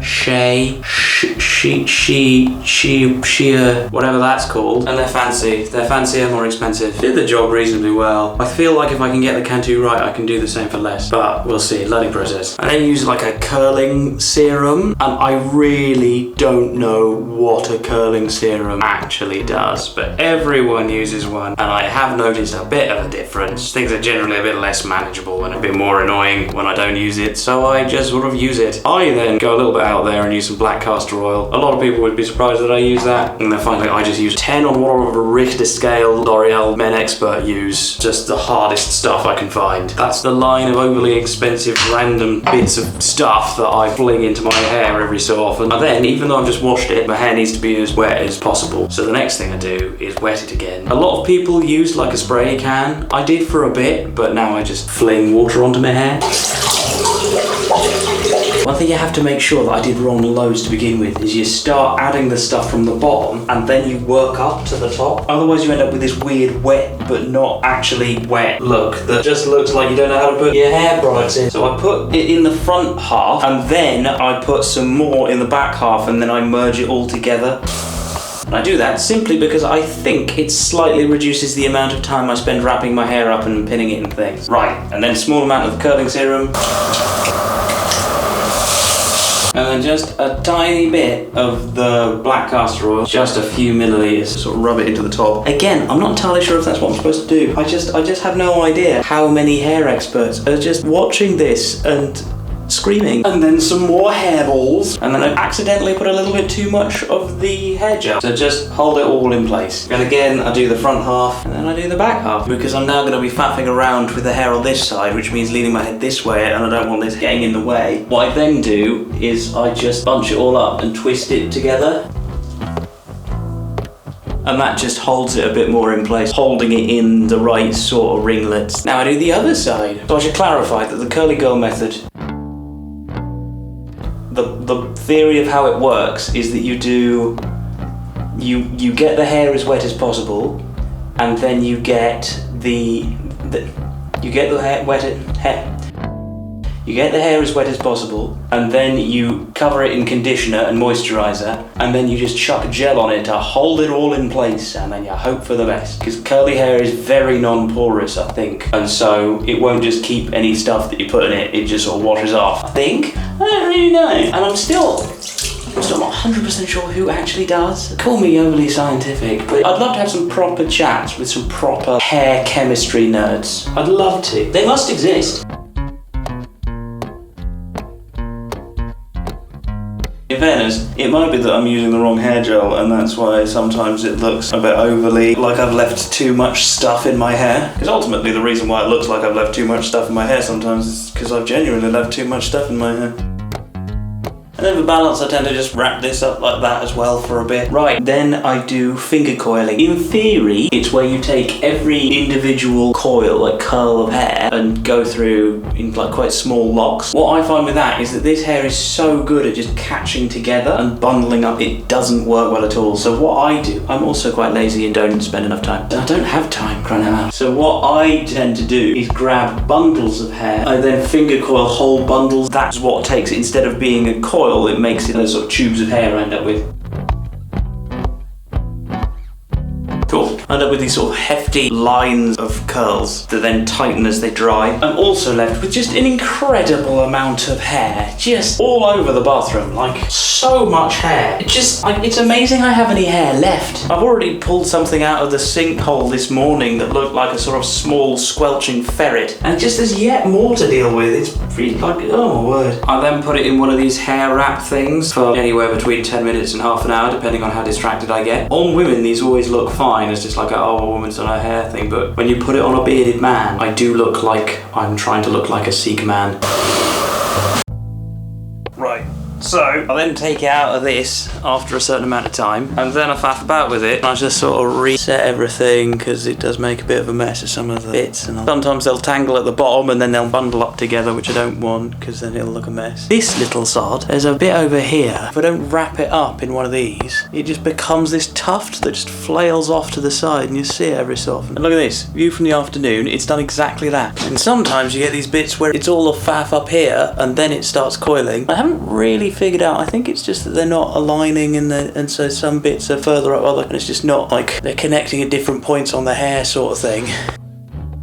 And that's always very annoying. I don't use a blow dryer to dry it any further. I want it all to tighten up as much as possible, and so I take the attitude if I give it more time to dry, then it has more time to sort of coil up into the tubes that I don't know if actually that would be fine with a blow dryer. I just never really tried. So this, thankfully, only has to be done. At the moment, I can get away with once every 5-6 days, I think is the best I've done so far. And then every morning I have to faff around with a revitalization. Basically, it seems to be a liquid that contains a little bit of all of the stuff I've just chucked in my hair that I then just spray on, and it does like an okay job. I think I put too much in. It never looks as good, but better than the crazy ball of madness I end up with otherwise. And as a result, I end up with something that's pretty close to what my stylistic reference is, like my main stylistic reference for how I want my hair to look, which is this. Also, when I go to bed, I wrap it up so that all the curls are sort of held curling, and then chuck it in a sleeping bonnet, which is something I made in a previous video. My next thing that I'm planning on looking at is my beard, because at the moment it's just a lot of hair that's there, and I'd like to tidy it up a bit. I hope you enjoyed this little insight into just too much of my time. I don't know why I decided to do this. This is just what I do now. If you did, do like and subscribe. It would make a world of difference. Also, check out some of my music. If this has caused your hair expertise to trigger anyway, I'd love to know what I've done wrong, so do let me know. And what are your thoughts? And you're entitled to whatever your thoughts are, to be honest. Have fun, do well, that sort of thing. Well, this week, a mixture of singing with poor vocal technique and having a cold means I feel like garbage. So what I did is I looked in one of my crazy old recipe books in the medicinal section. Yes, it has a medicinal section. Yes, I find that terrifying. And I looked to see what there was that might be of use. So this week, I'm going to try just a few different of the very old recipes for hot beverages. And we'll see how similar any of them taste to tea, or how drinkable any of them are, or if I can figure out how to make them at all, because the recipes aren't necessarily particularly helpful. One fantastic recipe that I really want to dig into a bit more is ancient barley drink. Now this recipe has set me down a rabbit hole before. So aside from pearl barley and boiling water, I might put currants in there because I think I've got some currants left over. Oh, I've done it again, haven't I? In the recipe it says 2 ounces of pearl barley. And the problem with that is I have no idea how much an ounce is. So I always run off and buy loads of pearl barley. And then 2 ounces is like 70 grams or something. So I have enough for almost 20 cup, like blonde. Never mind. In which case the ingredients I need are... So the first thing it says to do with the pearl barley is wash and blanch. I have no idea what blanch means. From googling it said something about making it look pale, something, boiling water, something enzyme. But if I'm putting it in boiling water to kill any enzymes it has, this I think is already dry. And the next thing I do after that is pour 4 pints of boiling water on it. So I'm just going to skip that bit because I'm not a good enough chef for this sort of thing. So that means I just start cooking it. Right, 4 pints of water and about 56 grams of pearl barley. You can tell something's not right with me today because I've actually bothered to clean the hob. So I bought a kilo of pearl barley. That's how much I actually need. Okay, 4 pints of boiling water, here we go. 4 pints is quite a lot, actually. Maybe I should have washed the barley then. I mean, when I say maybe I should have washed the barley, I mean the recipe explicitly says I should have washed the barley, and I didn't wash the barley. So maybe I should have washed the barley. It's time for Mark Bizarre Unjustifiable Opinion time. Us Brits have something of a reputation for being quite horrifyingly keen on tea. Now, this is a thing that is pretty undeniable by the looks of it, but what I find interesting about this is that we've only had tea in the country for a couple of hundred years, and I've always found it strange, the idea that we just suddenly tried it one day and went mental. So I've always wondered, what were we drinking before? Was there some hot drink that we were having before that tastes vaguely similar and does a similar job, that tea just did only much better and we went mad? Or did we really just, out of the blue, go mental for tea? And you'll never guess what the second hot historical beverage I'm going to make is, unless you have some historical knowledge of English beverages, and then you may well be able to guess. Of course, one thing this doesn't necessarily compete with for modern drinks and methods is I could have had like a dozen cups of tea by now. This is going to take a little bit longer, but we are reducing it to half, and it's 4 pints. Gas bill might be a problem. Sorry, I'll have a cup of tea in the meantime. One thing I love about the whole making drinks out of barley thing is that it seems like an odd thing to do, but actually you do get modern coffee alternatives that are, this is pretty much literally just barley, malted barley, chicory, and then some rye and figs for flavouring effectively, which is exactly what the ancient barley drink said. And you go, well, actually this looks like one of them like modern new age things, like it still is a bit weird. But then you look at Horlicks. Horlicks has been around since 1873, and Horlicks is pretty much just a mixture of wheat, barley, and some powdered milk effectively. And for some reason palm oil, I have no idea why palm oil needs to be in this, but Horlicks is effectively like a living fossil as far as this sort of drink is concerned. And they talk about how popular it was, how it used to nourish soldiers and all sorts of things. So actually there's ancient, old and new evidence of this being used quite regularly. So yeah, fun fact. Right, we've reached a point where it's now roughly half reduced, I think. That close enough. It'll do. So what I need to remember, which I didn't remember last time, it says to strain this. And I kicked into the instinct of like, well, when you strain stuff, normally keeping things like the pasta or the rice, and then the water you pour through and let go. And so that instinct just kicked in. The problem is here, I was wanting to keep the drink and get rid of the barley. So what ended up happening is I accidentally poured most of the drink immediately down the drain. So I need to remember not to do that this time.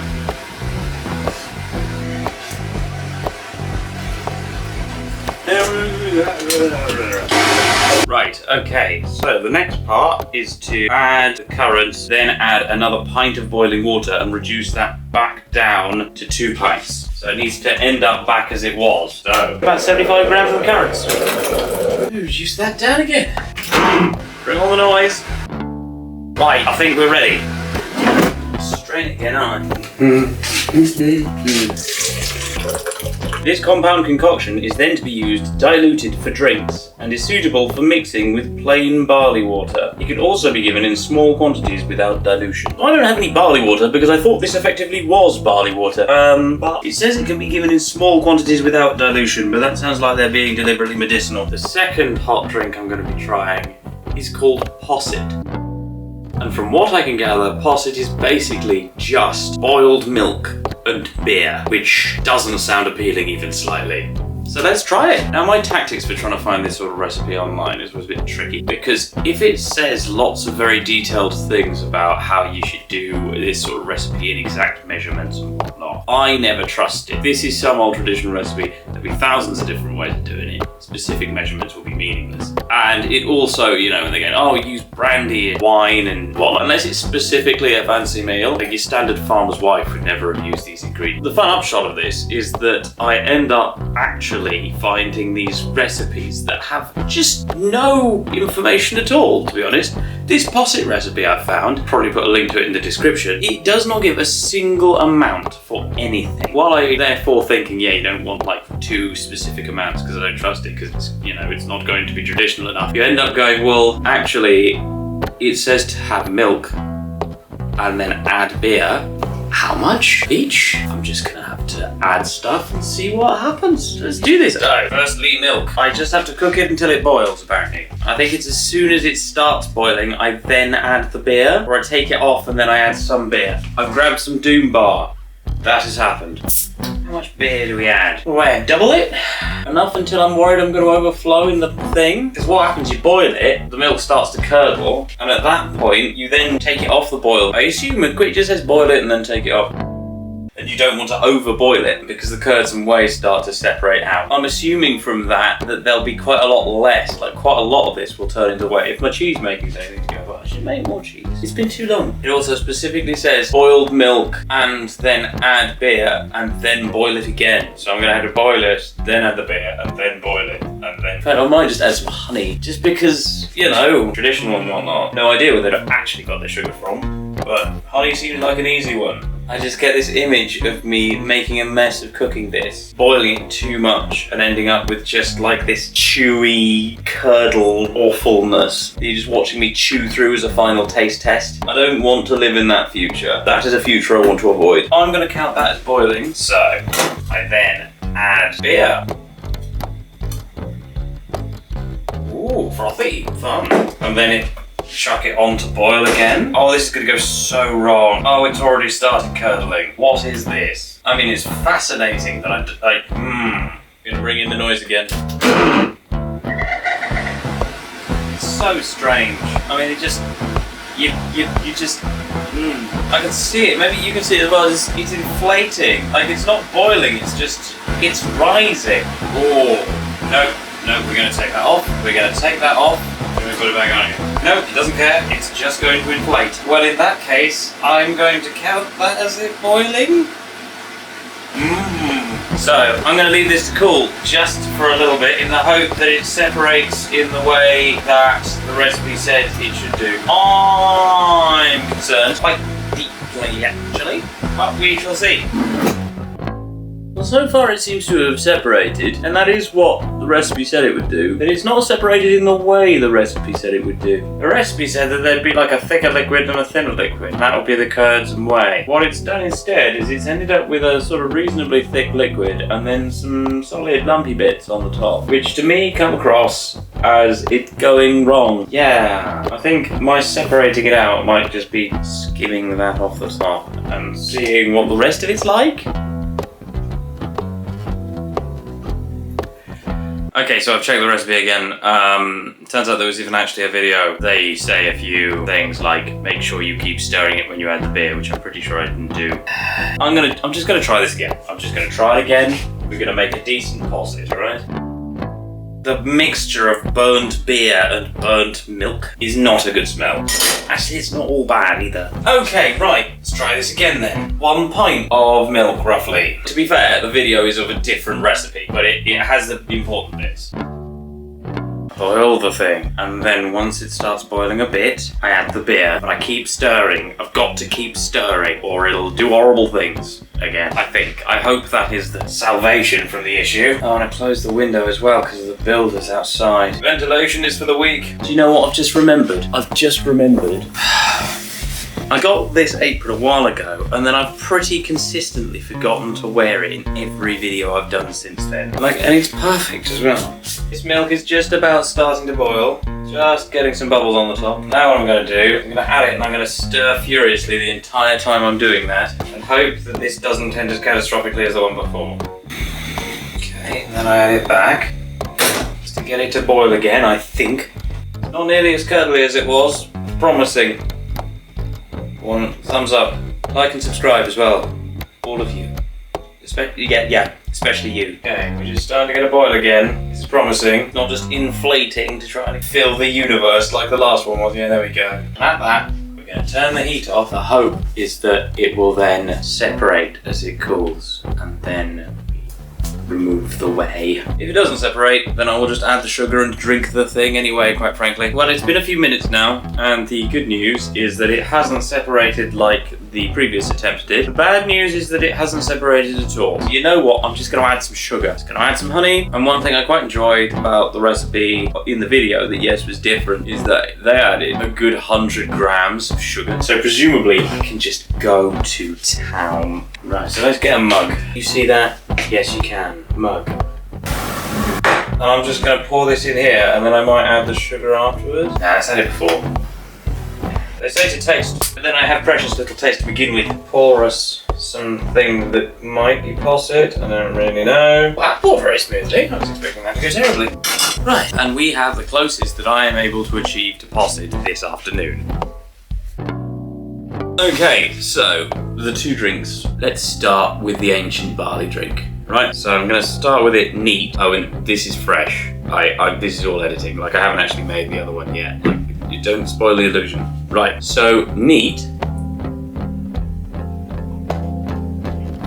Yeah, I probably ruined it with the currants. It tastes quite a lot of currant. It's very rich, very rich. Currant makes it quite sweet. That's it neat, which you're not supposed to have anyway unless you have any medicinal reason. So if I water it down with a bit of boiling water. So it has less tannin than tea, but it's got a richer flavour than tea. It's not just that it's warm, it's got a warm flavour, you know? I just want to try it with a bit of milk.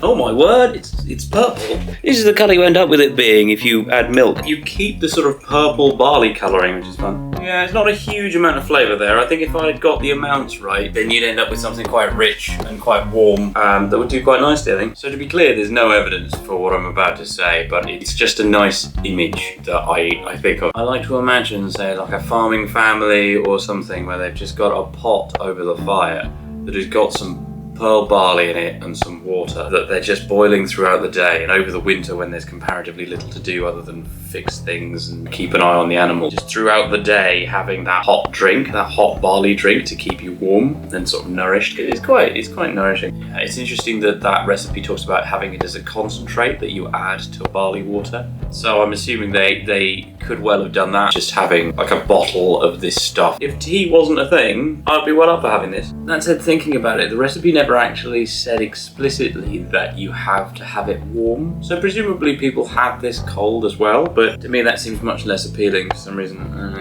That sounds much more medicinal. Right, then we try the posset.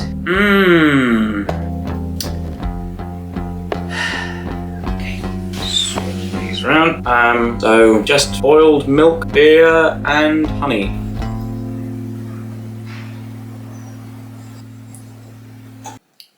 That's actually really nice. Oh, you get So you know the creamy frothiness you get when you have hot chocolate with milk, and then you've got that warm, almost floral hit at the back of the throat that you get with beer, and then you just get this rich sweetness from the honey supporting everything. That's great. Like, that's really nice. I don't know if it's posset because I don't think I cooked it very well, but that's actually really pleasant. If anything, I'd put too much honey in this. Yeah, I mean, so say you're in a world where you don't have a kettle that can just boil water in 30 seconds or whatever. The milk won't necessarily actually take a huge amount longer than the water will. So this actually makes a lot of sense. That's really nice. I'm just not, I think a little less beer and a little less honey. I'd be very happy with that, actually. That's a nice drink, especially if the beer were lower alcohol. I should have gone and got like a small beer or something. I was expecting that to be a complete catastrophic failure, because let's be fair, the cooking of it was a complete catastrophic failure. Well, I hope you've enjoyed this little foray into some creative experimental history? Baseless experimental history, how about that? If you did, please like and subscribe. It would make the world of difference, because it would mean that someone is liking and subscribing. And yeah, and don't get drunk on whatever weird concoction you've made on a Tuesday afternoon.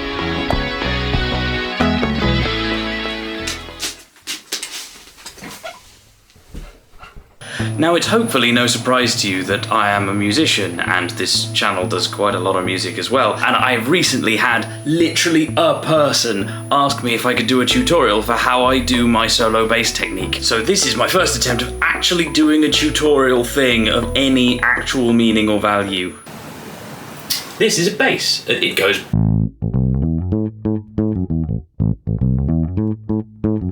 And let's be fair, 90% of the time it should probably be in a band, so...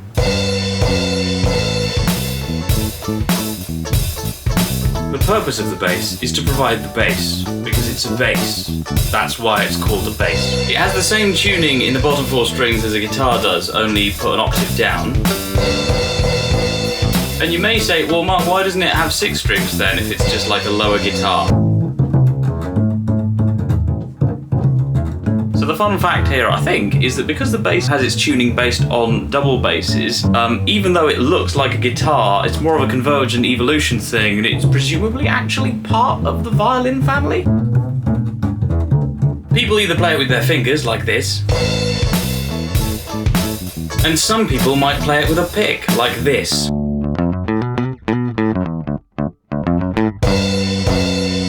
A surprising number of bassists have a fascinatingly strong opinion about whether or not you should play a bass with a pick, and no one knows why.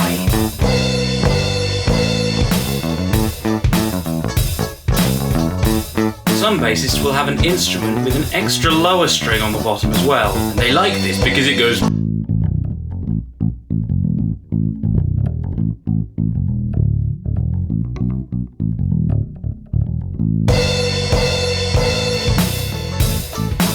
There's a couple of strong opinions as to whether or not you need a 5th string. A lot of the justification from what I can gather comes down to whether or not you have guitar or keyboard-based music. If everyone else in the band only has guitars that only go down needing that 4th string anyway, what's the point in a 5th? But if you're playing music that's based around a keyboard, which can go lower, or you've got one of the guitars with lots and lots of lower extra strings, then you might need something because you're the bass. You want to be the bassy bits. And if other people are bassing more than you, then you're not really being a bass, are you?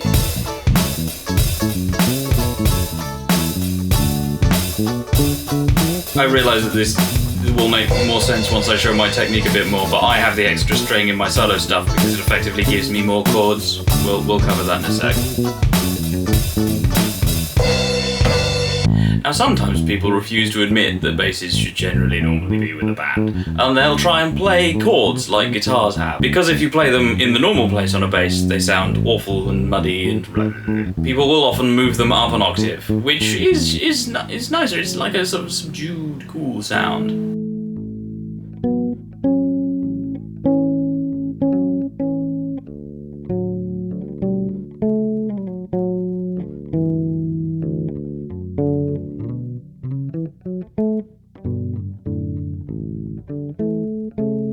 I personally don't feel it quite does the job of like, say, in comparison to a guitar, which has lots of different shaped strings, so they have different voices, and the bass, it just sounds like one instrument. But we're well into personal preference realms at this point.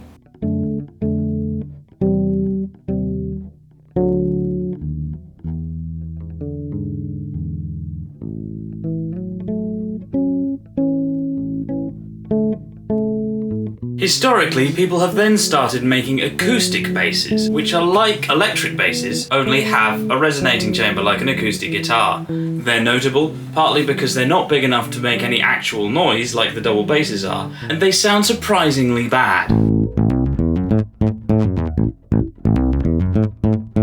I should clarify that this thing is my old workhorse, and actually I think it's a really good instrument, but acoustic basses do sound bad.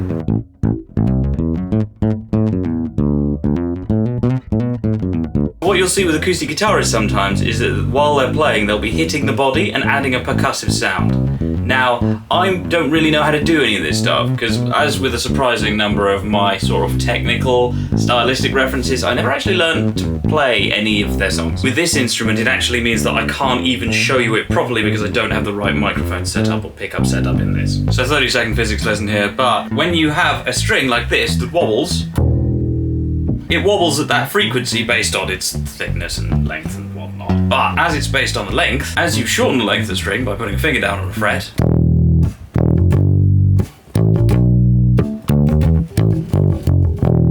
that makes a higher pitched note. That's how that works. But then there's something called harmonics, which I can't be bothered to explain because I'd need another person and a skipping rope, and I don't have either of those things. Basically, what you're doing is instead of getting the whole thing to wobble like that as a single object wobbling, you put a finger down somewhere, so if I put it halfway along, then that half wobbles, and that half wobbles. And as they're both half the length of the original, they wobble at an octave higher, which is twice the frequency. And then if I do it a third of the way along, and a quarter of the way along, and a fifth of the way along, and a sixth of the way along.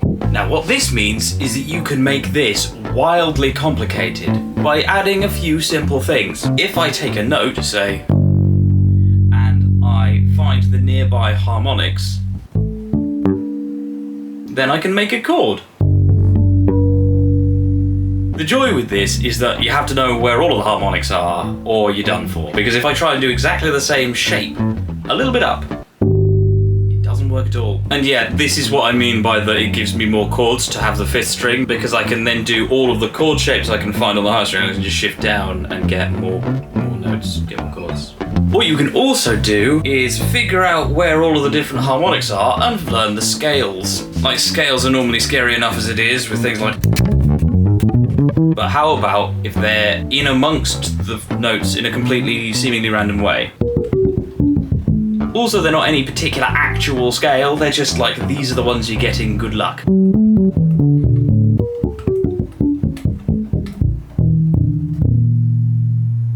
And then you can get really carried away. Now, I personally think that on an electric bass this sounds bad, but it sounds better than it does on an acoustic guitar. Putting it up an octave makes those harmonics just much too high, and why would you bother at that point? Like, it sounds bad.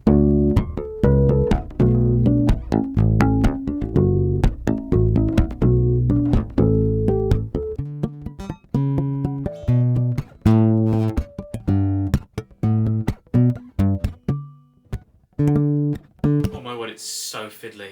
So yes, this is a bass technique. I'm not just playing guitar on a bass, because that's what happens. So quite often with your John Goms and your Newton Faulkners and whatnot, they hit a lot of different parts of the body to get different sounds. So you'll get the sort of kick sounds, and you'll get the sort of like little noises, and they sound great, and it looks super fancy. But for me, I think because I'm like, I want it to be... I generally have a thing of hiding complexity so that you can be enjoyed if you want to look for it, but if you don't want to look for it, then you don't have to have it in your face. And also, because I want to get as full a sound as possible, and I want to have standard tuning, I don't want to be retuning all the time to get like open things and whatnot. I always want to have like the ability to pick things and to play stuff accessible to me. While I'm hitting here with this hand, I can't fret anything, and I can't play a chord progression. So the percussive side needs to be completely hidden in amongst all of the rest of the things I'm doing. So what I'll do then is for the kick sound, I'll hit with that ball of the bone onto the bridge of my bass.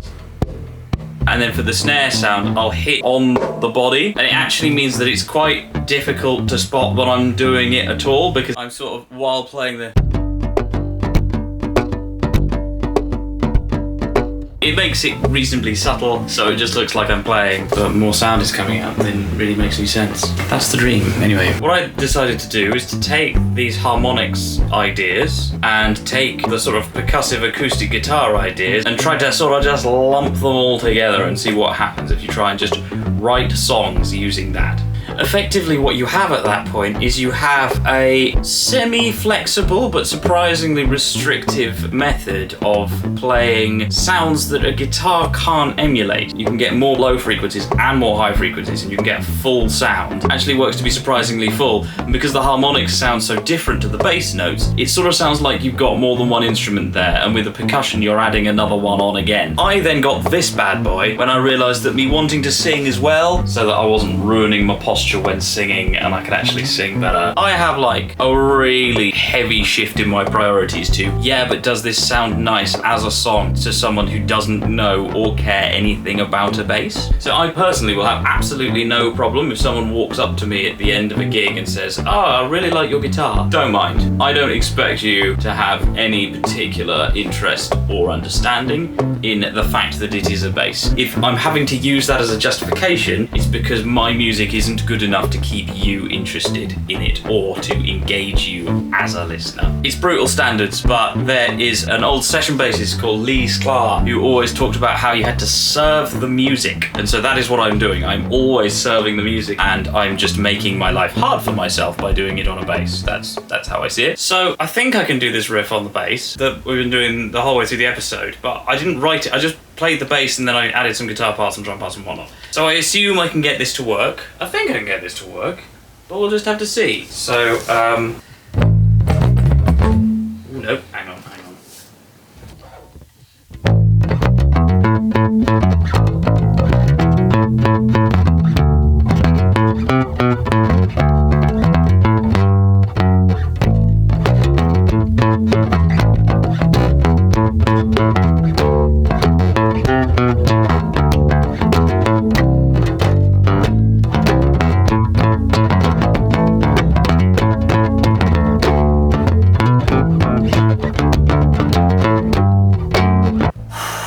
I should not have tried to improvise this episode. I basically improvised the whole way through this episode. And then what happens is I go, oh, I'll just do this riff. And then if I get the riff wrong, instead of redoing it, I'm like, oh, well, that's where the beats are now. And then, oh my word. Right. Well, I hope you've enjoyed this. I hope this is in some way educational, but not too educational so that you nick all of my techniques. Like and subscribe. Follow me on all sorts and Patreon. And I hope any bassists watching aren't too enraged with some of the things I've said. The internet is a place. Oh my word. Right. I've got to wait on this.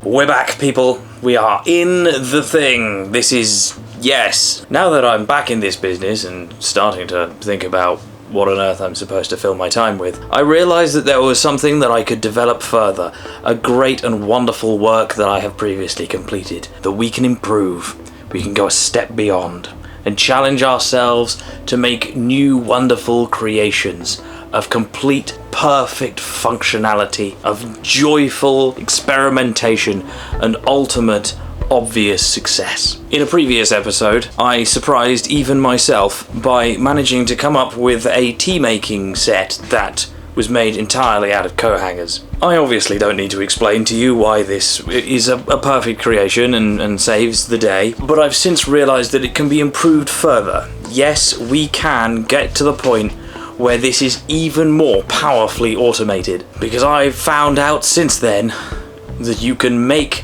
a Stirling engine out of a Coke can. Step 1, the stuff.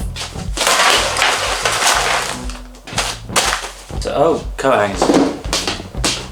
Hopefully this is enough coat hangers, although I'm a little worried. Steel wire wool is very important for this. So I've got loads. You also need a balloon. Ooh, and some cardboard. This is still attached to the box. Oh, there's still some bakewells. But that will be, it'll be fine. So, step 1 in that case is to open the Coke can. I'm going to quickly go and buy. Yeah.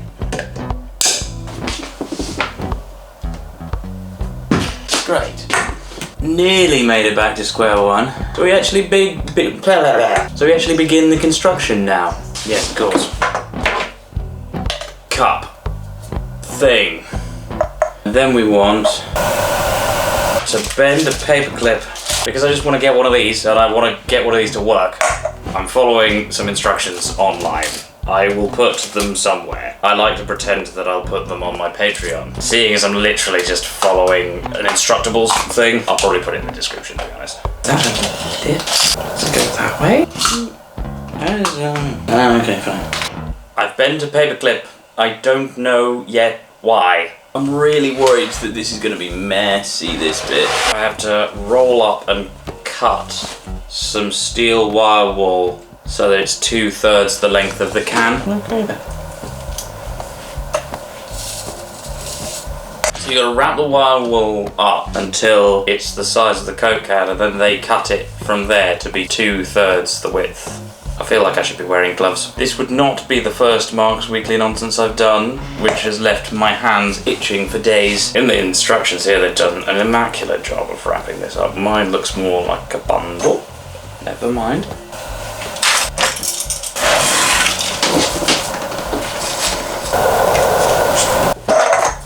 Wish I could get the thing to cut.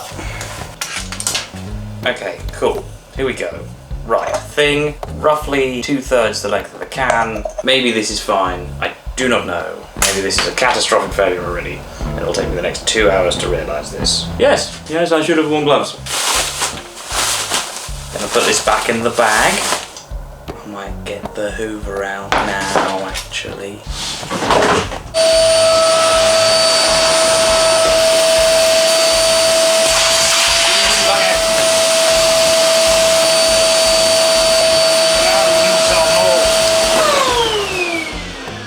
Right, is there any steel wool in my drink?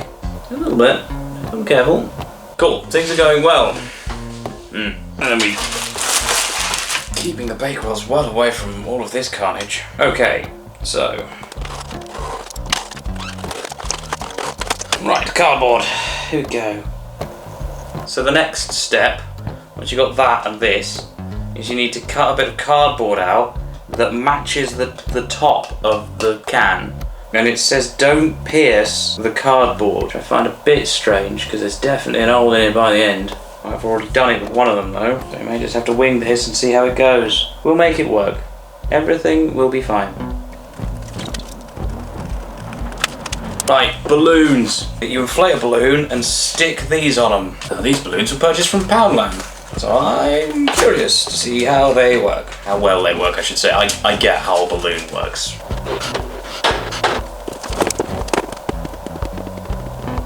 Right.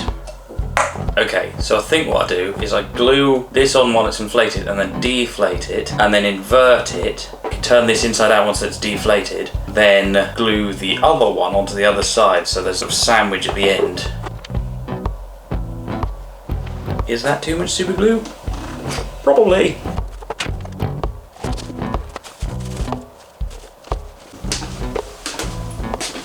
Okay, so it's been about 10 minutes to let the glue dry on this side.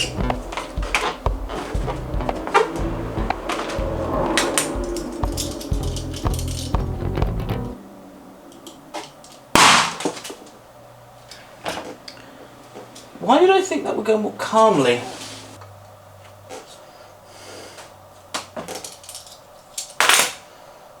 All of a sudden I don't feel very intelligent. Oh, there's ways around that. There are ways around that.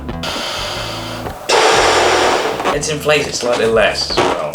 I'm sure that will help. Right, another 10 minutes then. Right, so this has been 10 minutes now, again. I'm gonna see if I can use the old trick of putting the tape on the balloon and then cutting where the tape is and the tape will hold the balloon together. That is the dream. Let's see if this explodes again.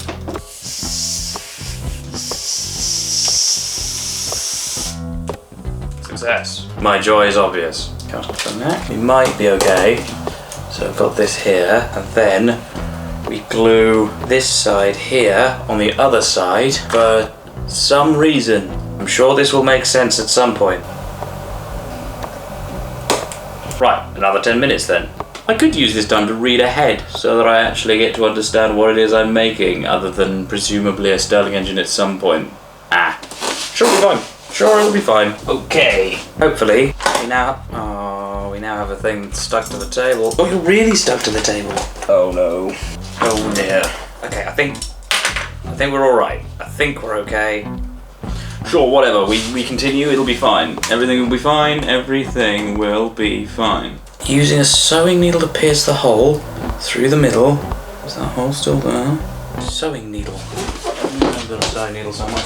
Now, I couldn't find the right thickness of fishing line. This is a little bit thinner than the instructions say. Maybe it'll all explode. Who knows? I don't know why they specify a thickness so much. Nor do I know why it always has to turn out that the thing that's available to me is not quite what I need. Stretch the balloon over the can. Oh, I missed a bit. Where was the deformed paperclip? Where did that go? Place all of the things in their compartments. Was it blown away by the balloon? That's for me and my housemate to find a broken, twisted coat hanger somewhere in our foot in a couple of weeks' time. Thread the paperclip you formed earlier into wall Tie on about a foot of fishing line. Yes, I'm doing this in the wrong order. Squeeze the displacer into the can. And now we go back to where we were.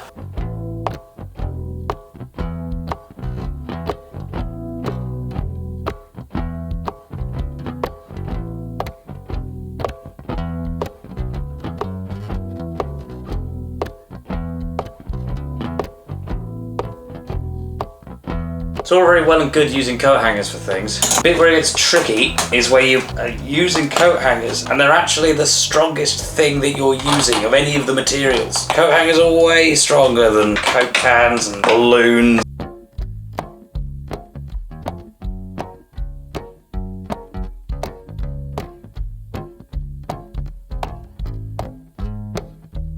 Not worried about it there. Dear. Oh dear. And that's, oh no, that's good. No, no.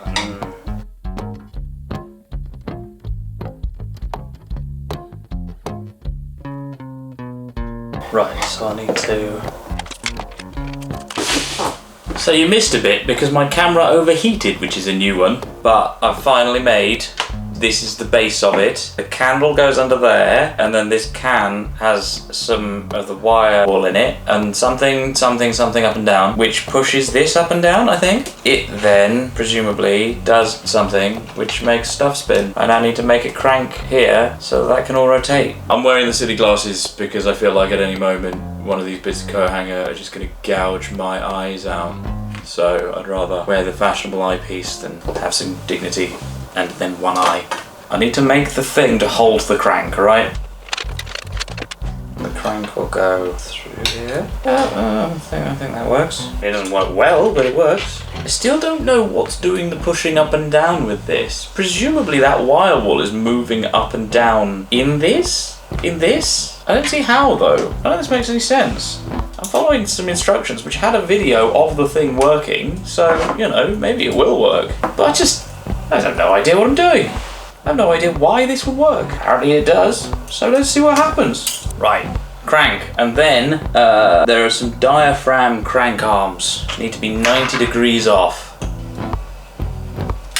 I forgot how brutal this is on the hands. So, time has passed. Hopefully the camera's cooled down. And many, many mistakes have been made. But I now have this mechanism with a crank and a flywheel so that it spins for a bit longer. Oh my word, does it wobble. This is going to be intense. So the next point is to make the displacer connecting rod. So this is the twirly bit that they put in the middle. I don't know why, but they do. Yeah, that's hopefully the direction it'll go in. Hopefully. Running out of coat hanger somewhat. Okay, so I've got the mechanism, I've got the displacer here, and then there are two things that hook onto that, and there's another one that hooks onto the fishing line, and as it spins round, the different things move up and down at different timings, and that forces air around, and then engine happens. So I now just glue lots of stuff down, and that just makes all of it work, I think. Cool. Once those bits have dried, then I'll tie the knot onto there and then I'll glue that down to make sure. And then I'll put a candle underneath it and it should just run like an engine. And here it is. I've glued some stuff, the thing here and these bits, and I've put a weight on here. You're supposed to counterbalance something with this thing that is now there. It doesn't like to turn fully when I try and make it turn, and I don't know if that's supposed to happen, but I don't really have any option now but just to try firing the thing up. And so today's engine flavour will be wildflower and cotton fields. All you have to do is light a candle under the can and heat it up. Once it's hot, turn the flywheel to start the engine. So good luck, everyone.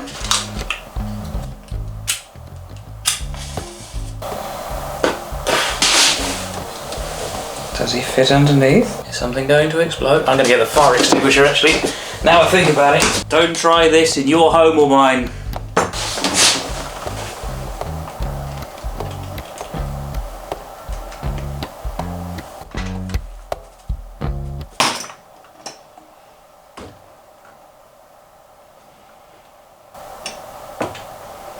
The fishing rod snapped, didn't it?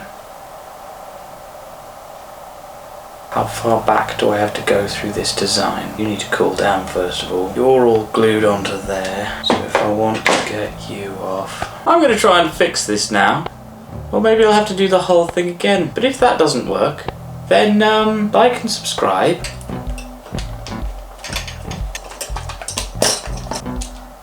Ooh.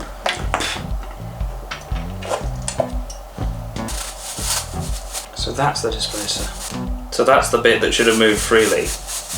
Okay, we try this again. We try this again. Where was the fishing line? There's the fishing line. You're going to be tied up here. Did I just do the really bad knot or the really good one? Okay, so it turned out that part of the problem was that the bit of wool in there needed to move around more freely, and partly I tied the fishing wire to it so that when this was at the top, the fishing wire just wasn't long enough, and so it snapped. But it's now fixed and now spins the whole way around without a problem. So I get to have another go. Crack out some atmosphere again. Fire extinguisher is there. Don't do anything I wouldn't understand. When the can is hot, I can turn this around. I'm definitely going to have to hold it down. This thing absolutely flails its way out of existence if it gets the chance. I still don't really understand why this would work, but I followed the instructions and I saw the thing. Oh, I'm so covered in super glue. This still isn't working, and I don't know why. Maybe I just need to make a better displacer, because mine's a bit rough. I want to change this so it doesn't get stuck on things. I wonder if I can still do this week. I can probably still do this week.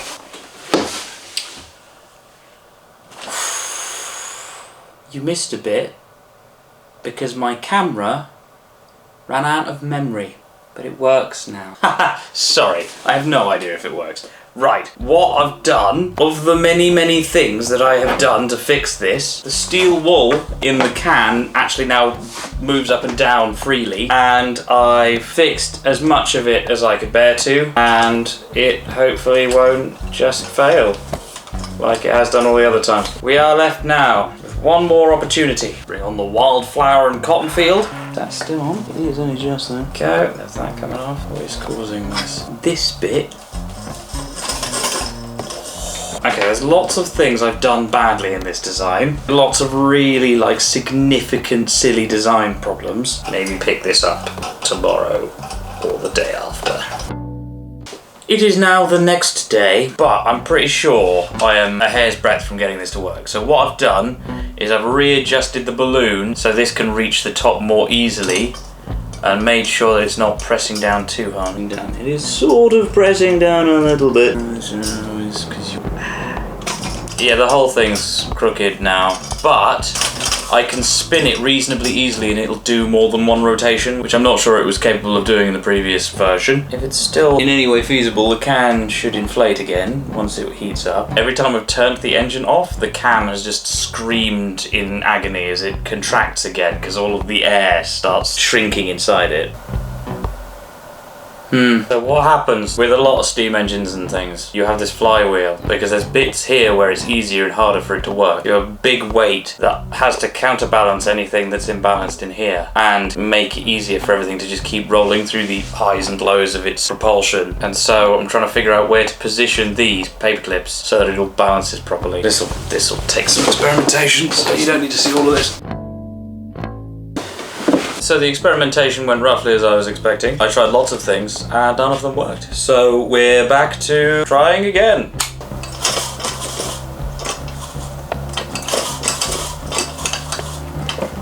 Now this is the thing, I know that I'm not going to stop trying to get this to work. It's very nearly there, and I think if I started again and made it again, yeah, I think I could get something that would work. Okay, this is not the end. This is not the end of my Stirling engine powered tea making set. This is the beginning. I think I'm going to have to call this one here for now. I think this is my first abject failure on this channel. That's not true. Part of me just wants to see if I spin it faster, does it... I mean, it goes for longer, obviously. Somewhere the air must be escaping from the can or the balloon, like somewhere around here in the chamber, because I'm not seeing any inflating happen, and I'm not seeing the can inflate like it did yesterday. Expect a part 2 of this reasonably soon. Oh my word, look at it go. Look how close it is to working. If you enjoyed this, please like and subscribe. It would make all the difference. I've got some big news for my music in the end of September, so look out for that. And stay tuned, for at some point there will be a part 2 of the Stirling engine powered tea set. It will happen, unless someone wants to buy me like a Mamod, like one of those tiny miniature traction engines. The stuff I would make powered by a tiny traction engine would be unfathomable. If you want to buy me one of those, I'm not going to stop you. Bye then, have a day. Stelk. So the first thing to get is all of the ingredients, which you will well know is, of course... Alright, fine, I'll offer some context. So somewhere in the background of this YouTube channel, I've been doing a series of going through this crazy old recipe book, which is just someone going round and collecting fun recipes from farmers' wives in the 50s, and picking out all of the recipes that are from my home county of Gloucestershire. Recently, I spotted what claims to be an Irish recipe, but is by a Mrs. M. Cheshire from Gloucestershire, and it's called Stelk. So Mrs. Cheshire has been one of the least helpful people I've seen in this recipe book, and the ingredients are listed as such. A dozen of the later spring onions, those which are almost too coarse to use otherwise are best for this dish. Then the next recipes are literally potatoes and milk. I suspect Mrs. Cheshire and I are going to struggle with each other. But that does mean I now need to get on with getting the ingredients. Okay, I have the exact and specific amount of spring onions. These call themselves salad onions, but I googled it and the images look the same, so I'm assuming it's fine. And then I have potatoes and milk. And if it turns out that I don't have enough of either of these because the recipe's too vague, Mrs. Cheshire and I can have words. I mean, we're not, because this was in the 50s, so I'd be staggered if she's still alive. But, you know, ideologically, you know? So, chop the onions into small lengths. Small lengths. That'll do. Oh, I've remembered earlier this time. This is such an inefficient way of cutting these things. It's really annoying. But it says lengths, so I'm going to do it like this. I'm supposed to wash these. Fine. Those other ones look fine, but this one I'll wash. And this is where me not being a very experienced cook means that my eyes are ruined. My onions. I do it infrequently enough. It's always agonizing.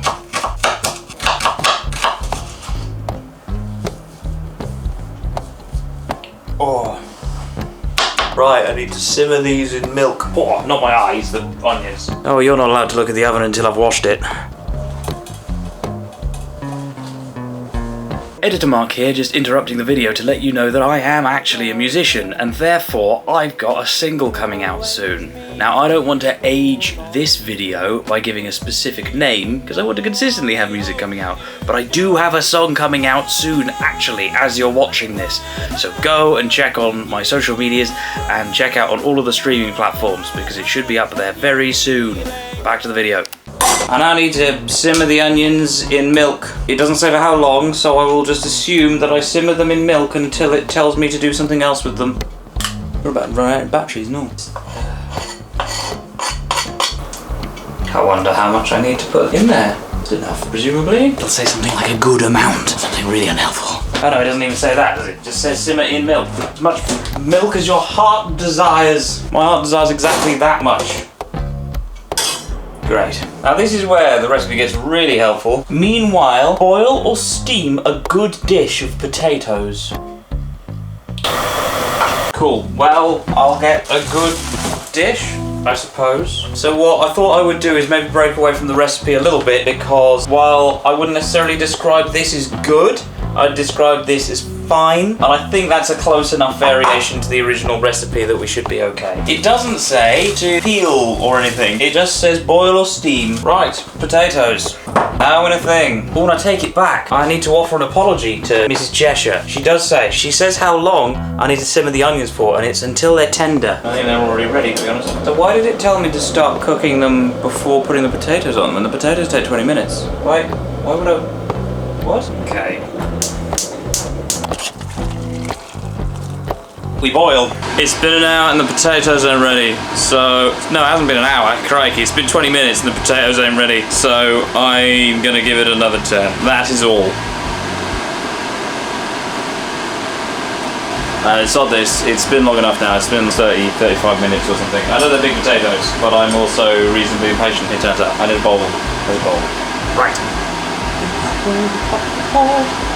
Ooh, it smells like cooked potatoes. Probably not a good sign.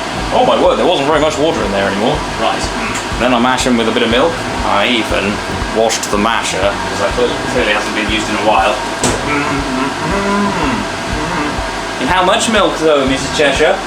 Mrs. M. Cheshire, how much? Well, with a little milk apparently. A little milk. Well, I'll add a little milk then. Is that a little milk? I'll add that much milk. That seems like a little milk to me. Oh, these weren't ready at all. Oh, were they? Probably not. Oh, no, not at all. I hack them about a bit. I thought I would get one up on Mrs. Cheshire by, when she doesn't give enough information, not doing the steps that you obviously do when mashing potato. I don't think I've had the last laugh here.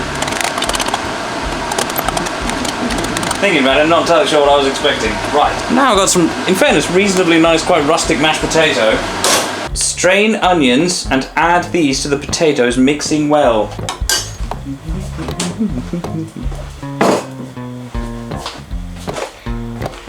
I sort of want to keep milk in it, but no, I will trust the process. Trust the process. When we add this, mix this in. Add this to the potatoes, mixing well. Let's clear that off.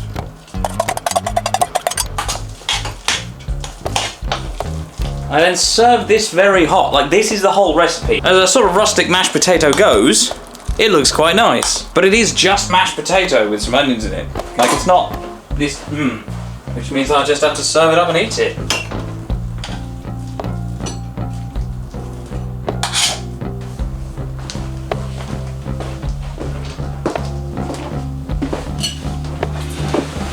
Right, so let's try some stelk, which is mashed potato.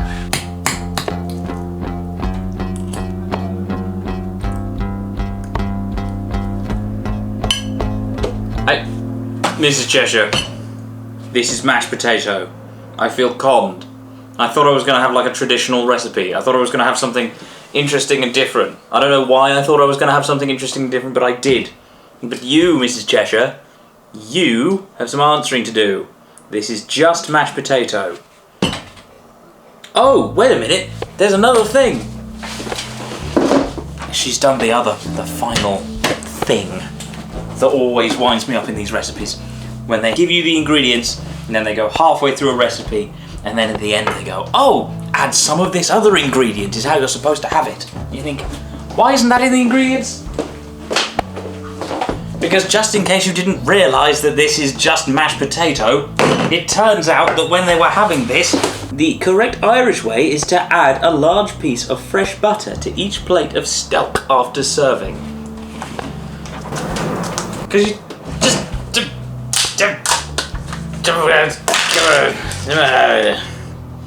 A large knob of butter, eh? A large piece of fresh butter. Well, I ain't got fresh butter. This is central London, to be silly. How am I supposed to get fresh butter from anywhere? Well, there's a large piece of butter. Do I mash it in? You're not going to explain that level of detail.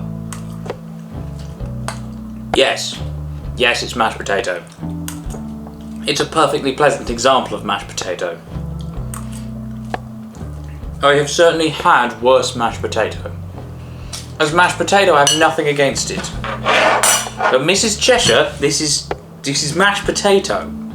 Calling it stelk, making it sound like you're the talk of the town to all of your country wife friends by making out that this is some ancient Irish thing, when firstly it's potato, and secondly it's mashed potato. You, Mrs. Cheshire, are simply trying to get more notoriety from your friends, from your fun and interesting foreign stuff, aren't you? Ain't you? It's a point scoring thing. I feel cheated. Cheated, Mrs. Cheshire. It's nice though. And if you feel as conned as I do by what Mrs. Cheshire has just forced us all to witness, then do like and subscribe, hit all of the notification stuff, follow me on all of the different social medias. Why not check out my Patreon or support me in any way you'd like. Hopefully by now I've got round to updating all of the different bits of merch and whatnot that you can get from Patreon. I've got all sorts of stuff. I'm much too busy at the moment, so check out all of the stuff I'm doing. I'm gonna go on a run in a minute. Too busy chowing down on mashed potato. It's not gonna help. Quite nice, eh? Previously, I made this thing. Oh, it's in my hair. It's in my hair. Can't see it because there's a window behind.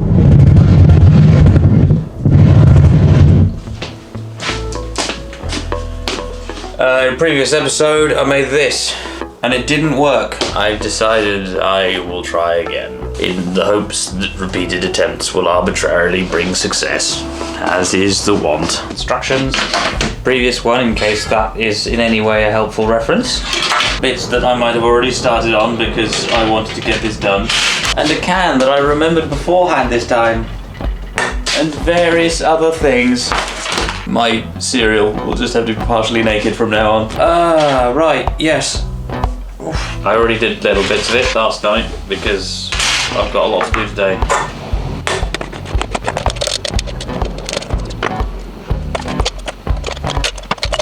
Oh my word, note to self, do not do intros in the morning because you just forget things like explaining what I'm trying to do. What I'm trying to do is make a Stirling engine out of a Coke can, soda can, because what I then want to do is use that Stirling engine to make a tea making set. I want to have to fire the Stirling engine up, something, tea is made automatically.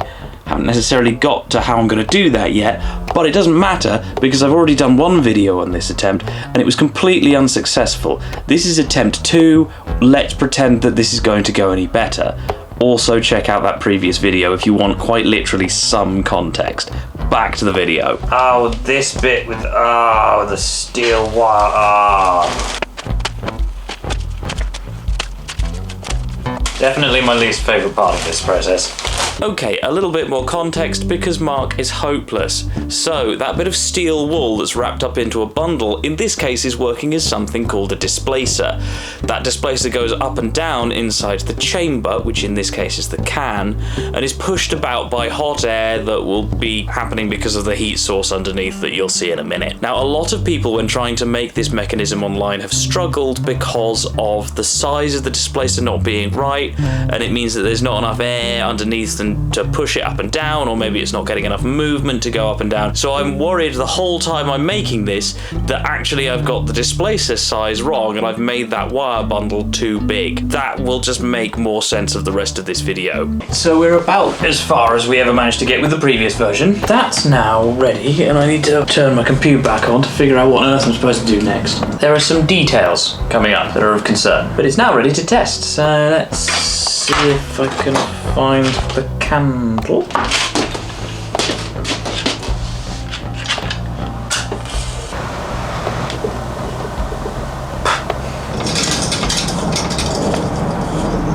It's right there again, but for some reason it just doesn't work. What if I get a second candle? Apparently it just puts the candle out. Great. How is that? I mean, I have a blowtorch if all else fails, but I have a bigger candle over there and that might be a, while we grasp helplessly onto the last clutches of sanity we can maintain. Okay, I've made an alteration. I've lifted the whole mechanism up a bit now because it was cutting out some of the candles because it didn't have enough air going to them. So I've now put them underneath, a bit lower down. I think I've overshot, but whatever, we'll see how this goes. It does a great job, doesn't it, of always looking like it's about to carry on turning. I'm starting to suspect that the displacer, at the moment what I think is happening is that because the displacer's a bit big and it's got the wire sticking out of it. This spends most of its time with 2/3 of anything of this rotation. It doesn't have the fishing wire in tension with the displacer, but I don't think I'm going to be able to do it today. Fine, this continues. I suspect it will still be in this video, so I don't need to do an outro. But just in case I do need to do an outro, thank you for watching. Sod the lot of this. Grr. Like and subscribe, you whatnots. Sodding gremlins. Gremlins, the lot of them. Okay. It's now different day, different week, in fact. And I have finally got round to adjusting the size of the displacer. I wasn't exactly awash with sense of humour when I started making the modification this afternoon. And it's used up the rest of it. Let's just have a go, see if this has worked. If not, I'll just sit here, staring into the middle distance, wondering why I made any of these decisions. So many decisions.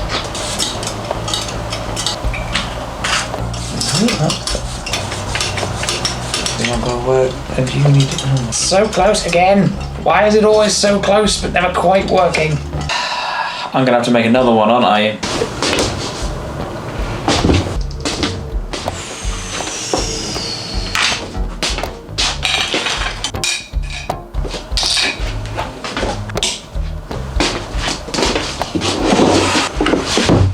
Right, it is actually another day and another week again, because I was editing the last time I said that just a minute ago. I've realised that I'm accidentally wearing, coincidentally, exactly the same shirt and jumper. It is a different week and I have washed them in between, honest. I just don't have a huge number of clothes. But anyway, this, now, if you look, the fishing wire is under tension pretty much the whole time. There's a little bit of stick. Yeah, I realised I edited out the bit where I realised the fact that that thing isn't under tension the whole time is a problem because I was rambling so much. But basically, that's a super important fix. At this point, I think that's why it wasn't working. And that cheered me up no end that I had fixed it. All I need to do now is make sure that it works. This has been like 2 weeks of solid work. I've tried over and over and over again. I don't have a backup weekly nonsense video that I can use instead. I've used them all in the attempts to make this. This just has to be it. This just has to be it. Not sure how it can be it, but it will have to be. So fire it up and see what happens. So there's something here that is. Oh, it's you again, you sod. Oh, you're bent off again.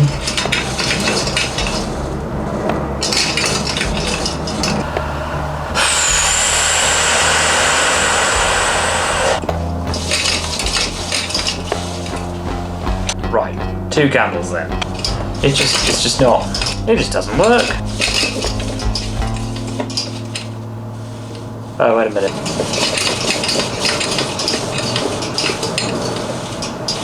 So I'll accept that part of the reason why it wasn't working is because I was turning it the wrong way.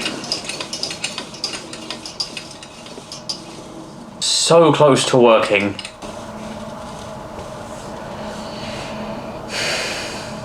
It's just the speed I can spin it at. And it's not that there's something getting in the way now, because it's running too smoothly for that. Okay, now it isn't because I've bent in all that shape. So, fine. What I'm going to have to do is I'm just going to have one more try to shrink this displacer, then we shall see. It's just not doing it at the moment. I don't know why.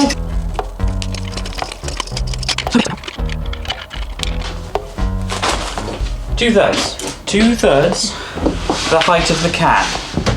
I'm supposed to do this 2/3 the height of the can. It comes across to me that it's just not quite got enough power to keep the thing turning. More difficult to do this with the gloves on. Ended up a worryingly similar shape to the last one.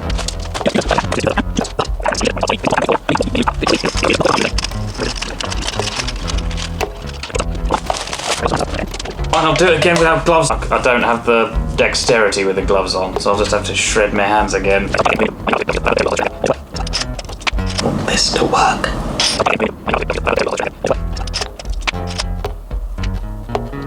So I've got a slightly better shape one.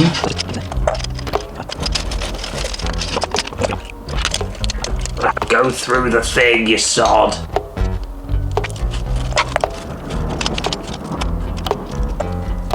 On the bright side, I've got quite a lot better at taking this apart and putting it back together again, because if I hadn't done, they'd be mad by now. We go again. Actually, now pretty much able to run without me having to hold any of it down with paper clips, which is also exciting. Now, if this doesn't work, I objectively don't know why it isn't working, and we're gonna have to pick this up some other time because I've tried everything.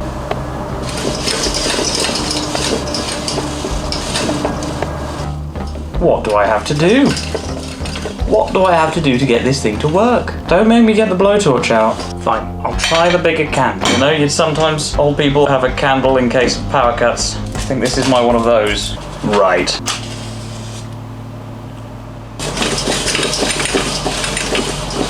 I really want to get the blowtorch out. I feel like I've ruled out every alternative possibility as to what's going on. It must just be that it needs to get a little bit hotter because that's running so smoothly and it's just not got the power to keep turning. It tries to, but it can't do it. Okay, I'm going to tidy this up and then I'm going to make some difficult life choices. So I've tried to find a compromise with myself, and what I've decided is that I won't use the blowtorch because I feel like I'd need to go outside to use it on a big metal flaily hot thing that this will become if it works. And it's wet outside and the garden has neighbours in it and all sorts. What I am instead going to do is put it on the hob. I'll then be able to turn off the heat very easily. We'll see, because it won't actually start spinning. I can. Another hope is that if I keep the camera angle low enough, hopefully you can't see just how messy the hob is. I'm going to get the fire extinguisher first. Near enough that I can reach it immediately, not so close that I could hit it if I flailed in panic.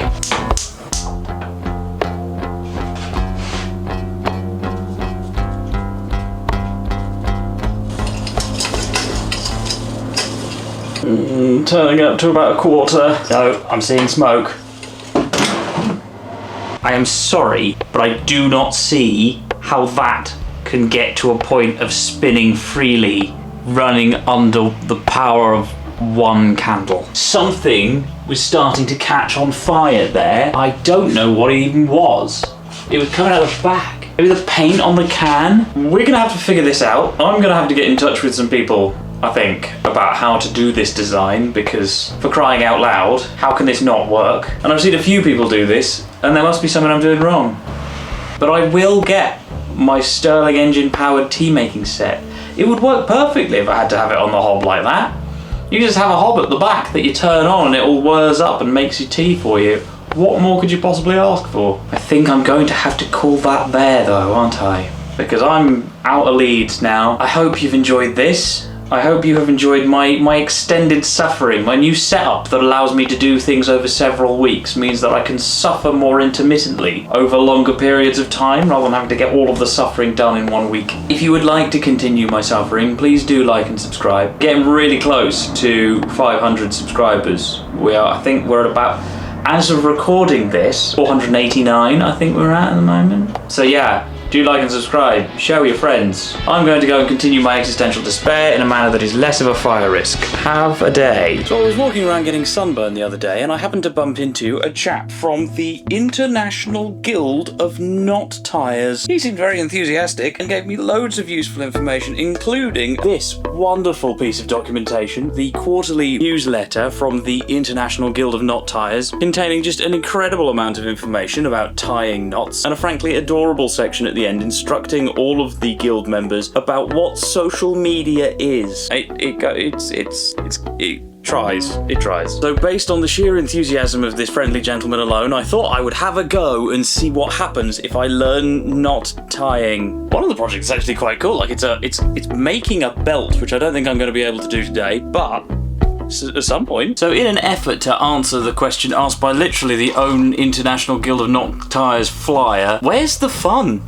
Come on, stand up if you're interested a little bit more than this. I'm going to try a few of the simple projects that the friendly chap... I wish I could remember what the friendly chap's name was. I think he was the main representative for the International Guild of Knot Tires in Dorset. He even gave me, like, quite a lot of cord to play around with. Their website seems to have quite a lot of stuff on different sorts of knot and basics, so I'm going to go through some of these things. So the first one I'm going to look at is the UKC Cadet Corps Requirements for their knots. Cadets apparently have to be able to do all of these knots. Let's do them. Let's see what I can do. Right, overhand knot. You just sort of do that, and then I think you're golden. Then we've got figure of 8 knot. Yeah, that, and then you do, and then I think you, yeah, figure of 8 knot. Boom. I think I've been taught that before. Reef knot. You go up and then round through.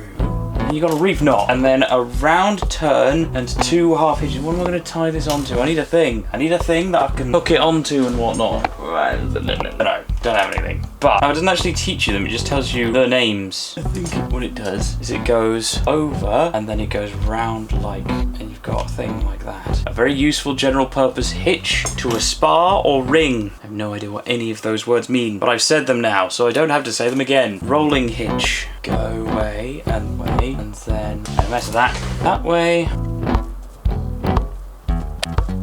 Yeah, that goes, and then you've got that goes there. Yes, I think that is a rolling hitch. But these all seem a bit practical. I wanted to make a thing. So the next simple project it seems to have is something called a flat knot bracelet or a square knot bracelet. So let's see, 2 1-meter pieces of jute or cotton string. Well, these will have to do. I don't have any cotton string and I don't know what jute is, so let's just do this. Okay, so make loops 200 millimeters from core, so 20 centimeters from the core ends. Ooh, hello. Oh dear.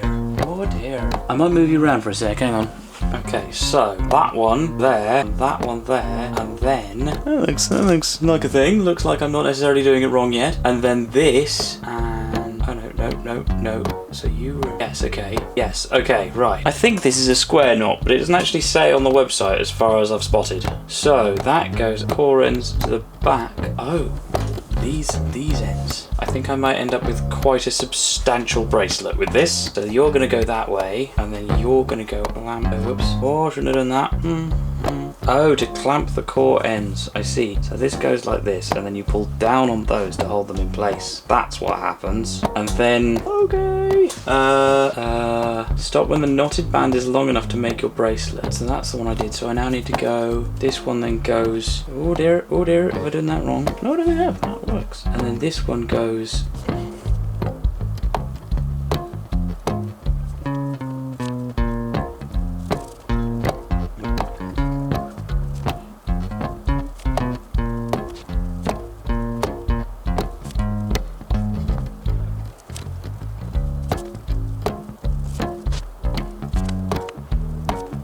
It's actually surprisingly easy to do, I have to say. Really, the most difficult bit about this is that I, for some reason, have chosen that you need to be up there, so my arms are getting tired.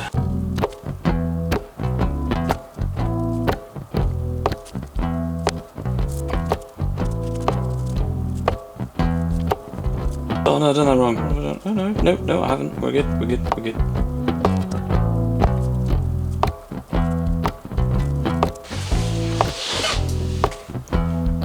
So I'm a little loath to cut this off and have this as a bracelet, partly because this is huge, look at it. Also, I want to use this cord for something else. But that was like 5 minutes work, that was quite fun. And I think those are square knots, which are a lot of what things like the belt here, that apparently uses. Right, let's see what else there is. Another thing on their website is the monkey fist knot, which I've just seen a lot of people do before, and I just want to have a go at doing it. So 3 times over, and then you go 3 times, there we go, 3 times round like that, in there, times through here. Okay, right, now I just need to tighten this up. Hopefully, if I do that properly, then... Well, I have heard that the difficult bit about making a monkey fist isn't so much the tying of the knot, but how you tighten it so that it doesn't just become a mangled, awful thing. Sadly, I've made a mangled, awful thing. Well, you see this bracelet I did? Okay, so the next... So the next thing that they recommend is a really good starter knot tying project. It's a really unfortunately named Turk's Head mat. But naming aside, it looks like it might be quite a... It's a fun knot to do. So let's do the knot. Ooh, and he let me take a photo of some instructions on how to do this knot with just a string and your hand. It looks like as things get more complicated, they start pinning bits of knots down and things. I don't have time for that. Okay, got your hand, and then you go like this. That goes through, and that's under through there. No, over. Just do that to there. Around there, through that. There goes underneath this. There, in there, yes, over. Through like this. And I think I go through all there.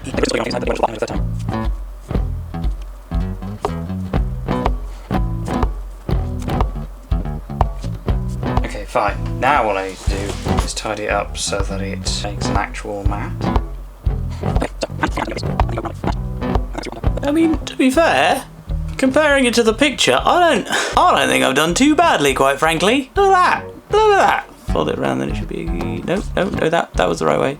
No. Oh no, it has rotational symmetry in it. Anyway, that, for a first go, I'll have that. For some reason, I want to describe this as I'd rather do this than read a book at an airport. I'm quite pleased with it though.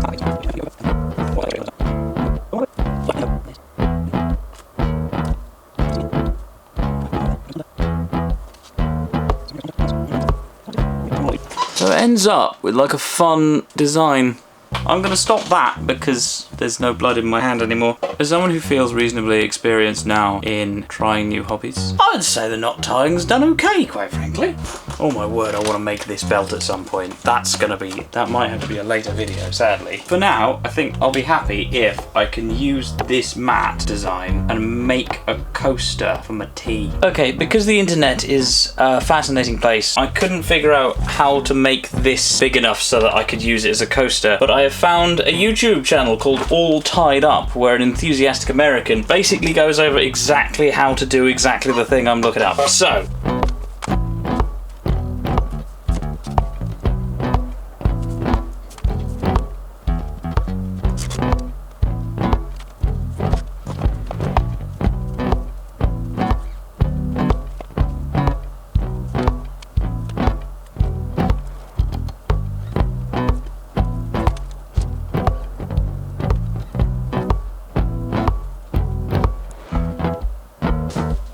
it nearly works. It's not quite right for some reason. Ah, I missed a bit. Does that work as a coaster?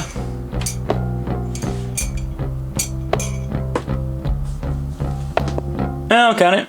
Well, considering this is an hour or two's work, maybe closer to 2, this is quite fun. There's some fun ideas in this that I might have to see what I can do with. This almost felt like a sort of hobby review, I don't really know. But if you did enjoy this, like and subscribe, and hello to any of the International Guild of Knot Tyers who might be about. Of course, having a knot as my coaster is a little bit obscure, but it's not as obscure as what I'm currently using as my coaster, which is a coaster from the Leeds Institute of Particle Science and Engineering, a previous life. So, a couple of weeks ago, I was able to go back home and get some apples fresh off the tree, which is great and all, but then I got some cooking apples. That means I have to do some cooking. Thankfully, I've found an apple shortcake that looks fine, because I need some snacks, I'm hungry. No, I don't know what shortcake is, I'm not even 100% sure where Leicestershire is, but I've got some apples that hopefully aren't mouldy, I've got some fancy butter because I'm trying to get a job at a cheesemonger's, and I've got some eggs that are only slightly out of date, so I'm sure this will be fine. Everything will be fine. In a slight variation from my normal routine, I first need to make sure that any of the ingredients I have are still edible. We start with the apples. I need a pound of apples. Right, what do we got? Yeah, it's fine. Oh, nope. Most is okay. Yep. Nope. Yep. I think we're doing all right. No. Okay, do I have a pound's worth of apples? Oh, that's a pound's worth of apples. Well, yes, I have a pound's worth of apples then. What am I going to do with all the rest of the apples? Right, so I've got my fancy butter, which is raw, unpasteurised butter, and then I've got some eggs, which only went out of date a week ago, so I'm sure they'll be fine. Self-raising flour. Sure, that'll be fine. Hope I don't find any pantry moths or anything in there. Pinch of salt, caster sugar. Nice. Okay, yeah, right, there we go. We do this. We got this. Okay, cream, the butter, and the sugar together. This is caster sugar, isn't it? Yes.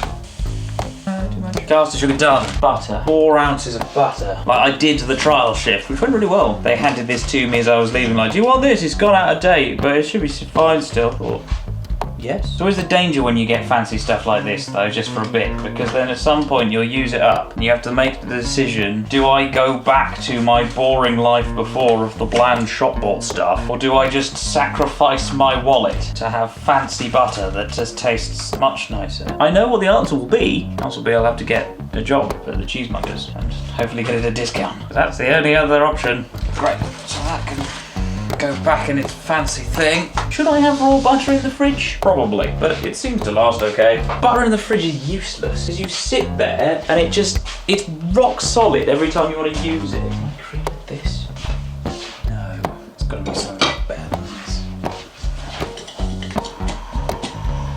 What's the point in having a mixer when you just end up with it all on the... It just becomes a batter cage rather than any sort of stirring implement. I won't use that then, it doesn't work. Good, right, so gradually add the flour and mix well. Oh no, I need to add the egg. Egg. Right, well, I may as well do the chat. It smells fine. Beat well together.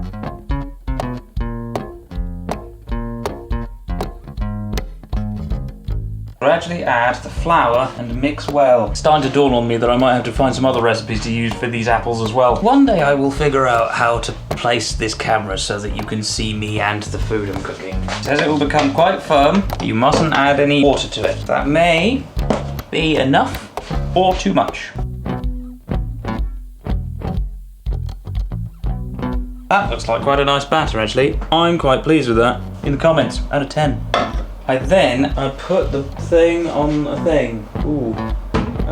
Grease a shallow baking tin. Put half the mixture over the bottom. Oh, you sods. Look at this. Halfway through the recipe, right? Grease a shallow baking tin, put half the mixture over the bottom, put in a layer of apples cooked and well strained. That's the standard thing. You know my favourite thing? My favourite thing in the whole world of getting halfway through a recipe and realising that you were supposed to spend however long doing some other thing that it just didn't mention beforehand. Thankfully, because she doesn't say how she wants me to cook and strain these apples, I'm going to use the terribly ancient and traditional microwave, just as my forefathers would have done.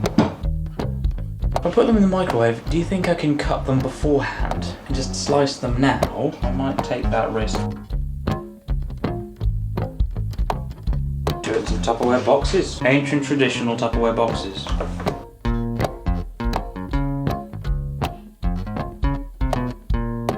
I wonder what will happen if I just throw these in the microwave. I might loosely put lids over them in case there's any explosion risk. From what I can gather, you only need to put apples in the microwave for 3-4 minutes. Now my microwave is not the best, so I'll give it 4 minutes and keep an eye on it. Good luck everyone.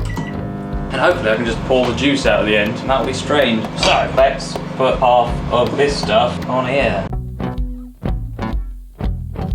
It doesn't say how thick this layer wants to be. I'm not entirely sure what to do about this. Is that all lined up with? I don't really know. I don't understand. Okay.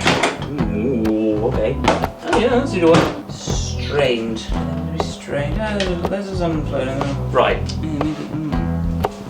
And then I have to layer 2 Tupperware boxes. Hello. I have to layer 2 Tupperware boxes worth of apple, and then I put the rest of the mix over the top of that.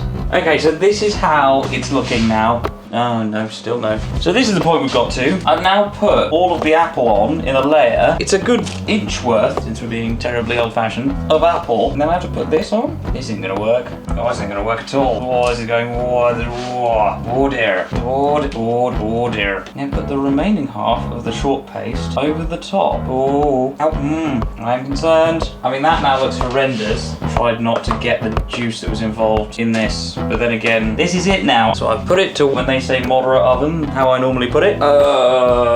This was going so well. It was going so well.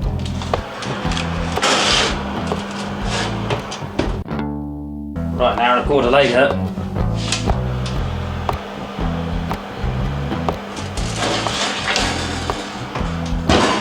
I mean, looks a little bit like a cow pat, but some of it actually looks quite nice.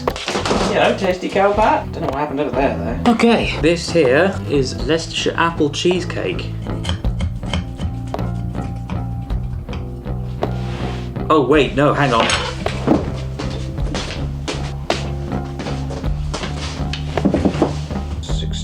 When cold, turn out and cut into squares. Bugger. Just push that back together. Maybe wait for it to be cold.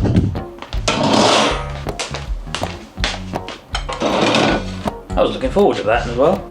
Okay, right, well, this'll do. It's cold enough, and I've been craving apple for the last hour and a half. So, let's see. The Leicestershire apple shortcake. Looks nice in fairness. It looks nice in fairness.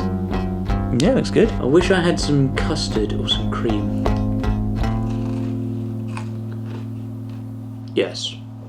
Yes? This recipe could maybe have done with a bit less apple, but tasty. I think what happened is I put too little in the lower layer of the paste dough, whatever, and then there was loads of apple, and then there was loads spare on the top layer. Yes, very much so. So I still seem to have quite a few apples left over, so I thought I would start going through as many apple recipes as I can find until I've used the sods up. No point in them just sitting there. There's a nice looking apple bread that looks like it's just bread and you chuck apples in it. So let's do that. And it even describes itself as a very light, pleasant bread, which is interesting because I'm going to be using entirely whole grain strong bread flour, and rye is my normal recipe for bread. And it just says chuck in a pound of apples for every 2 pounds of flour. Oh, I need to cook the apples and make a pulp. So let's do my ancient traditional method. But yeah, it just says that you chuck the cooked apple pulp in with the flour, and then you need much less water as a result, and then you just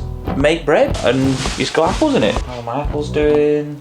Right, it's 16 ounces per pound, it looks like it is. So I've got 6. So if I go with just over 10, because I always put rye flour in that. I don't really know why, I just sort of do. I didn't realise you could just chuck apples in bread like this. Chuck it in the microwave, and then I need to pulp them, I think. I'm also going to have to use my sourdough starter because that's the only yeast I have. My other yeast is out of date. Larry, my starter, is alright. He does the job okay. I don't treat him particularly well, but he does a good job anyway. I'm going to have to start looking up more recipes again because none of these recipes are using as many apples as I thought they would. Love it. The apple crusty pudding doesn't even include apples in the recipe. It includes the recipe of stuff that you just chuck on top of some apples. Apple savoury, and in this recipe book, whenever it says savoury, it means with sausage meat. I don't know why that is just a thing. Doesn't say anything in this 1950s recipe book about taking it straight out of the microwave. Right, okay, this is cooled down to warm now, so I now just chuck the apple sludge into the flour. If these were fresh apples, they're not, they're a couple of weeks old, then I wouldn't even need any water, apparently. The problem I now have is that I need to pretend that I know enough about baking to be able to eyeball the amount of water I need. It's a bit of concern. I think I need to put quite a lot of water in there, and hope for the best. I probably want a couple... I wonder how much of Larry I want. I'm just going to wing this as well. What about it? Why not? Let's go crazy. Normally I have specific measurements down to the milligram? Crikey, no, not milligram. Down to the gram or milliliter. How much of these things I need. But I'm already so far beyond my comfort zone that I'll just slop some of them in and top them up in a bit.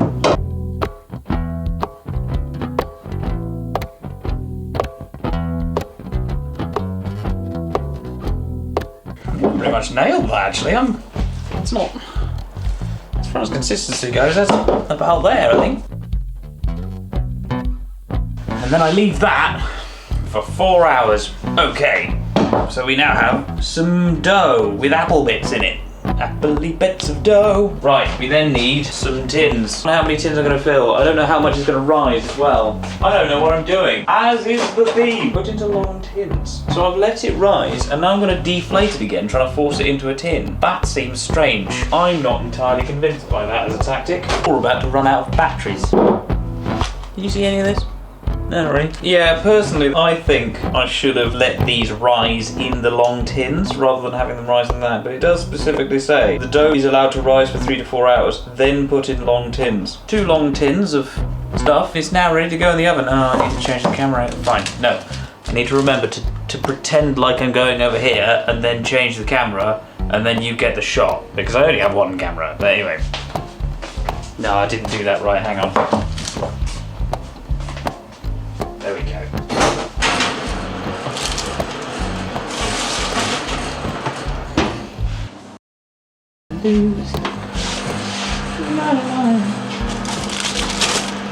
Nice. Yeah, I think they're done. I did a skewer test a minute ago and they looked okay, so I'm assuming they're done. Maybe it's because I'm used to doing malt loaf this way, but they look really pale for some reason. I think it's probably right. Do you ever have those weeks where trying to be productive is like running up a hill of quicksand filled with snakes and paper cuts? Do you ever get that? I'm having one of those weeks. That's the sort of week I'm having. But I want to make this apple cheesecake recipe by Miss G.D. Hunt from Leicestershire. I don't have the time to. All sorts of other things. Songwriting, recording, music lessons, you name it. I've got a lot on at the moment. but I want to make this apple cheesecake, alright? So we're going to do that. And that starts by me using up the rest of these apples. They'll actually use all of the rest of the apples as well, which is good. It says to boil them. I'm finding that the ancient traditional microwave is doing a very good job, so I might as well just carry on using that. As I'm getting a little bit old, I haven't been particularly careful of how I store them. Just hack out all the bad bits, which is most of it. Oh, you're supposed to peel them as well, aren't you? Oh, that's a shame. We might have a peeler actually. Too late. So I've written 3 cool songs this week, which is unusually good for me. Mash them very smooth and stir in the juice of lemons. I've got some lemons. I mean, I don't know why I would have lemons. I assume before lemons they'd have used apple vinegar, which I've also got somewhere, but I'm just going to stick with the recipe. I don't back myself to do this right. Okay, these boiled enough. Oh yeah, that should be right. Right, okay. This recipe says initially to pare the apples, but it's spelled P-A-R-E, like a pear. I didn't know that was a verb. I thought they were pears. I don't really know how to do that. She says to mash them very smooth. And partly I don't think I've done a good enough job of it to do that. And partly I'm curious to see if I can get them to be the sort of more lumpy apple that you get in sort of Mr. Kipling's sort of little apple thing. It's lumpy, but it is quite soft. You know, you're getting sort of applesauce levels, which is how she describes it should be, you know? So, you know, just fail for all you're worth. If, like me, you're not entirely sure what I'm doing right now, it says in the recipe to soften all of the apples into a softness and then softly squish them. I don't have a big enough bowl to do it all in one, so I've got all of these little separate bowls that are soft to varying degrees, and I'm trying to sort of balance them out a bit. Juice 2 large lemons and the peel grated. Juice the lemons. Alright, that's the juice. Okay, you missed a bit because my camera ran out of batteries, but I've now got lemons and stuff in the apples, and they're grated. I made that look incredibly difficult, but they are grated. So now, the yolks of the eggs and the butter beaten to a cream. Butter and some egg yolks. How do you do egg yolk? Don't get the... I think I've seen people do this before. Hang on. I might tidy this up. in a bit. That's gone badly. No, hang on, I don't want to do it that way. Right, okay, fine. I'm going to have to improvise a little bit because I've made a mess of this. Oh dear, this has gone badly because that egg yolk is broken. Cool. So as a process, that doesn't work. Do you think you're supposed to do it like that? That'll have to do. I think that's what You're learning cooking from me. You're doing it wrong. But I now need to cream that with some butter. It's quite a lot of butter, crikey. That's 1/4 pound of butter to go with 3 egg yolks. If we're going to be buttery, use an appropriate was name.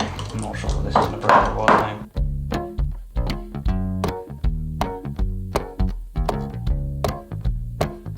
That'll do. Right, okay. I now need to mix all this together. Oh, I need to turn the oven on, don't I? This is the apple lemony bit. And then we add... Oh, that's not a good sign. Cleanliness of the side. Normally hard surfaces have some friction. I don't know. We won't question it. We continue. Okay, so hopefully I can mix all this together. Okay, yeah, this is... And this is why it calls it an apple cheesecake. I was thinking that this doesn't sound like it's got any cheese in it. Sweeten to taste and bake in patty tins lined with rich puff pastry. Do we think this is a patty tin? I bought this accidentally a while back. I have no idea. Let's wing it. Now, I don't have the tin foil things that you normally get that sort of thing in. The closest I've got is these sort of cupcakes, which will have to do. They might do. Probably won't do, will they? You can see how this is going to go. Right, puff pastry. Deal with it. What are you going to do? You've got 6 minutes before you run out of memory. I wonder how I do any of this. Do I just use a knife? Oh, maybe if I use this and flatten another one out.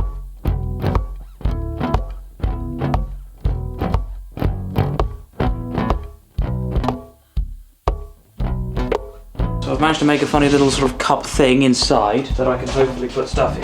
So that's going to be the sort of pattern I think I'm going to take.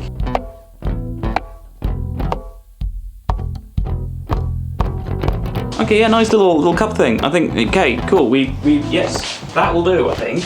Will do as far as I'm concerned anyway. In fact, you know what, I'll just skip this. As it turns out, it was harder to figure out how much of what I needed, and due to unfortunately avoided opportunities to read the instructions of the puff pastry, I learned empirically how puff pastry works. But here are some apple cheesecakes. Miss Hunt then just says, bake. Just cook the thing. Shut up and cook it, Mark. So I'm going to use a recipe for a different apple tart thing I found online that said about 190 degrees for about half an hour. No, it might be fine. This time, it might be fine. Or it might go catastrophically now I think about it. Everything will be fine. Everything will be fine.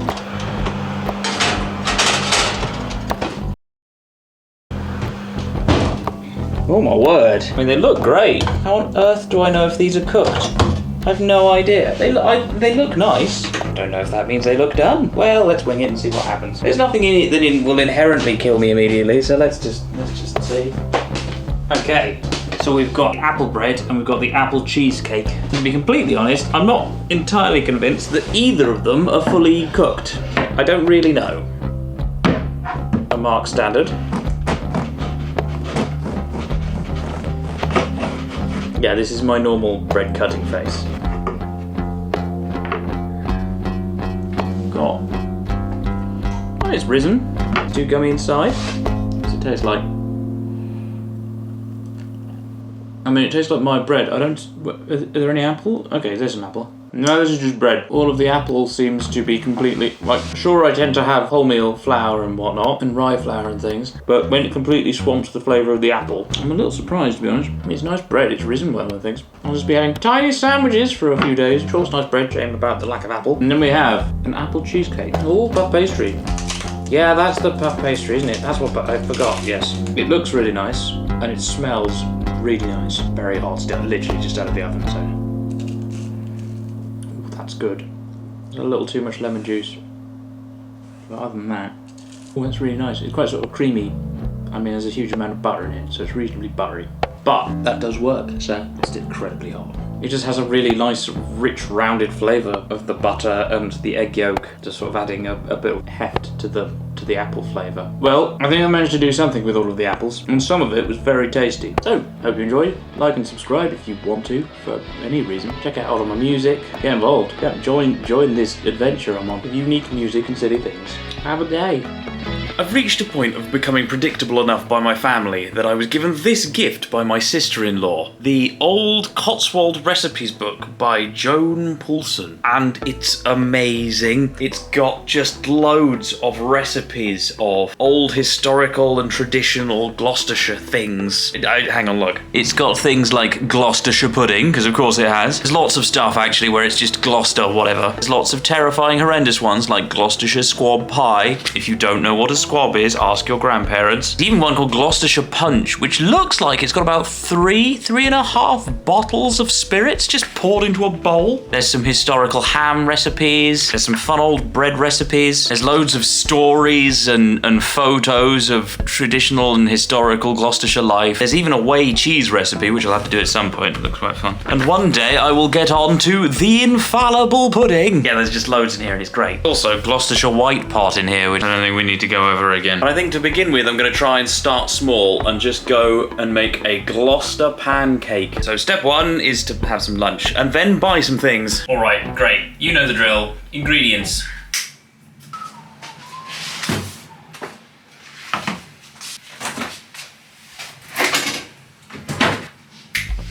Considering how agonizingly simple pancakes are, I'm at least hopeful that I can do this without making a complete pig's ear of the whole thing. But I've been wrong before. 3 ounces of suet.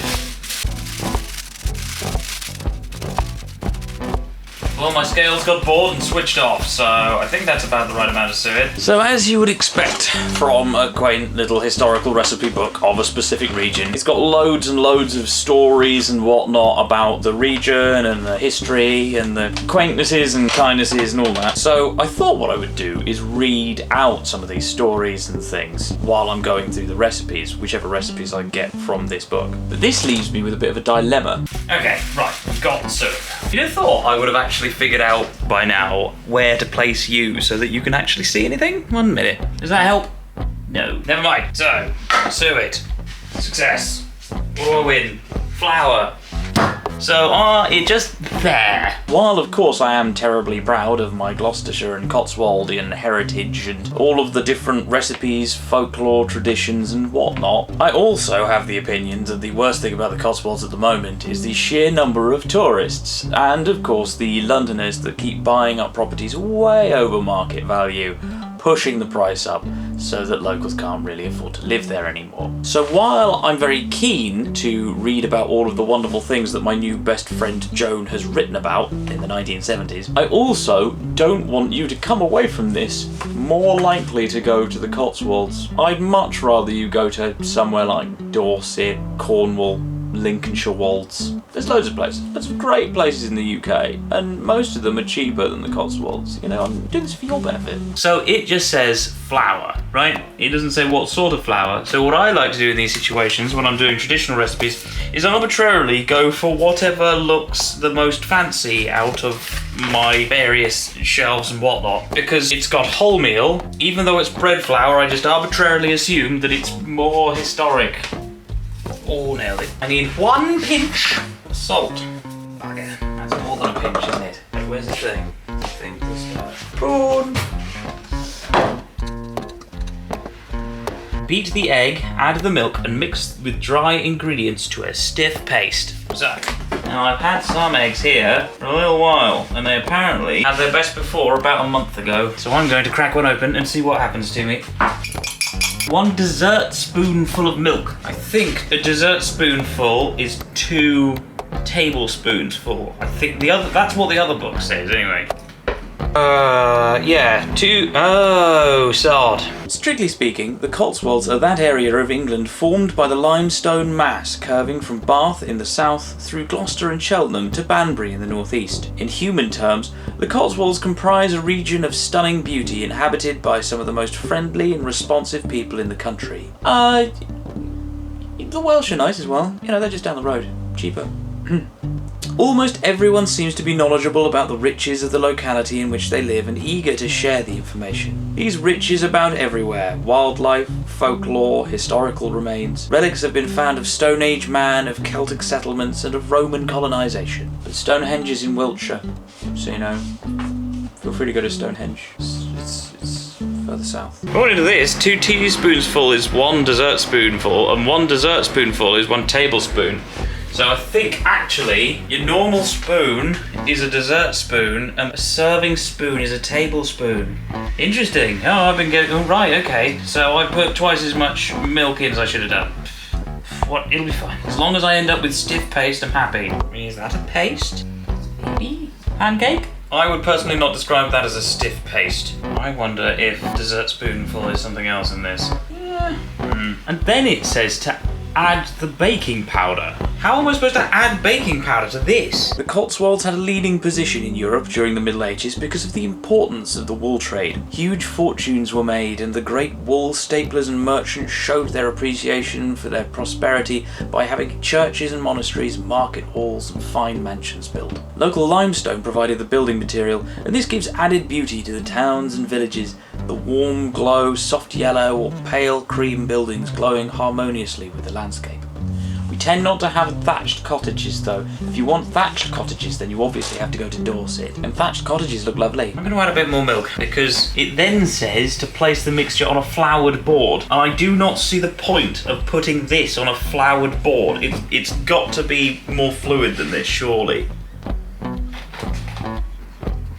I don't know what size dessert spoons were back in those days. It must have been terrifying. There'd be scarcely any point in having any bowls. I mean, fine. That's at least something a bit like a stiff paste. Okay, right. Teaspoonful of baking powder. Where would you add the baking powder now?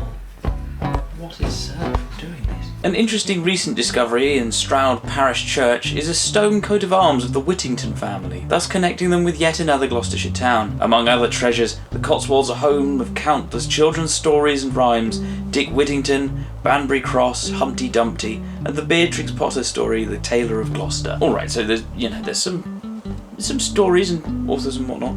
Nothing major. Also the inspirations of artists and authors for centuries. Dickens and Jane Austen in Bath, William Morris and his friends in the pre-Raphaelic movement in Broadway, and the Beatrix Potter story, The Tailor of Gloucester. Johnson at Cheltenham, the birthplace of Gustav Holst. I didn't know that. While at Amberley most of the book John Halifax Gentleman was written.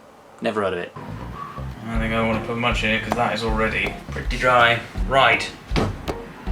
This needs to be 1/2 inch thick. My most intellectual way of solving problems.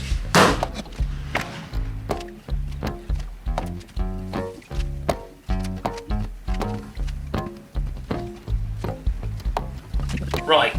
pancake. Place the mixture of flour board, roll out about ½ an inch, cut into small rounds. This inspiration is not only a gift to visitors, but is shared by everyone. For almost every village has its legend and people able to tell it well. At Bisley, for example, is the legend of the Bisley Boy, apparently explaining why Queen Elizabeth I never married.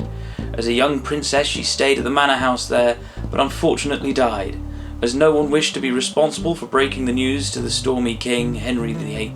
A young boy from the village took her place, and the grave of the young princess is still to be seen. Well then. This is another one of these recipes where I'm doing everything I'm instructed to the best of my abilities, but something still feels like I'm not doing this right. I don't know why, it just doesn't feel it.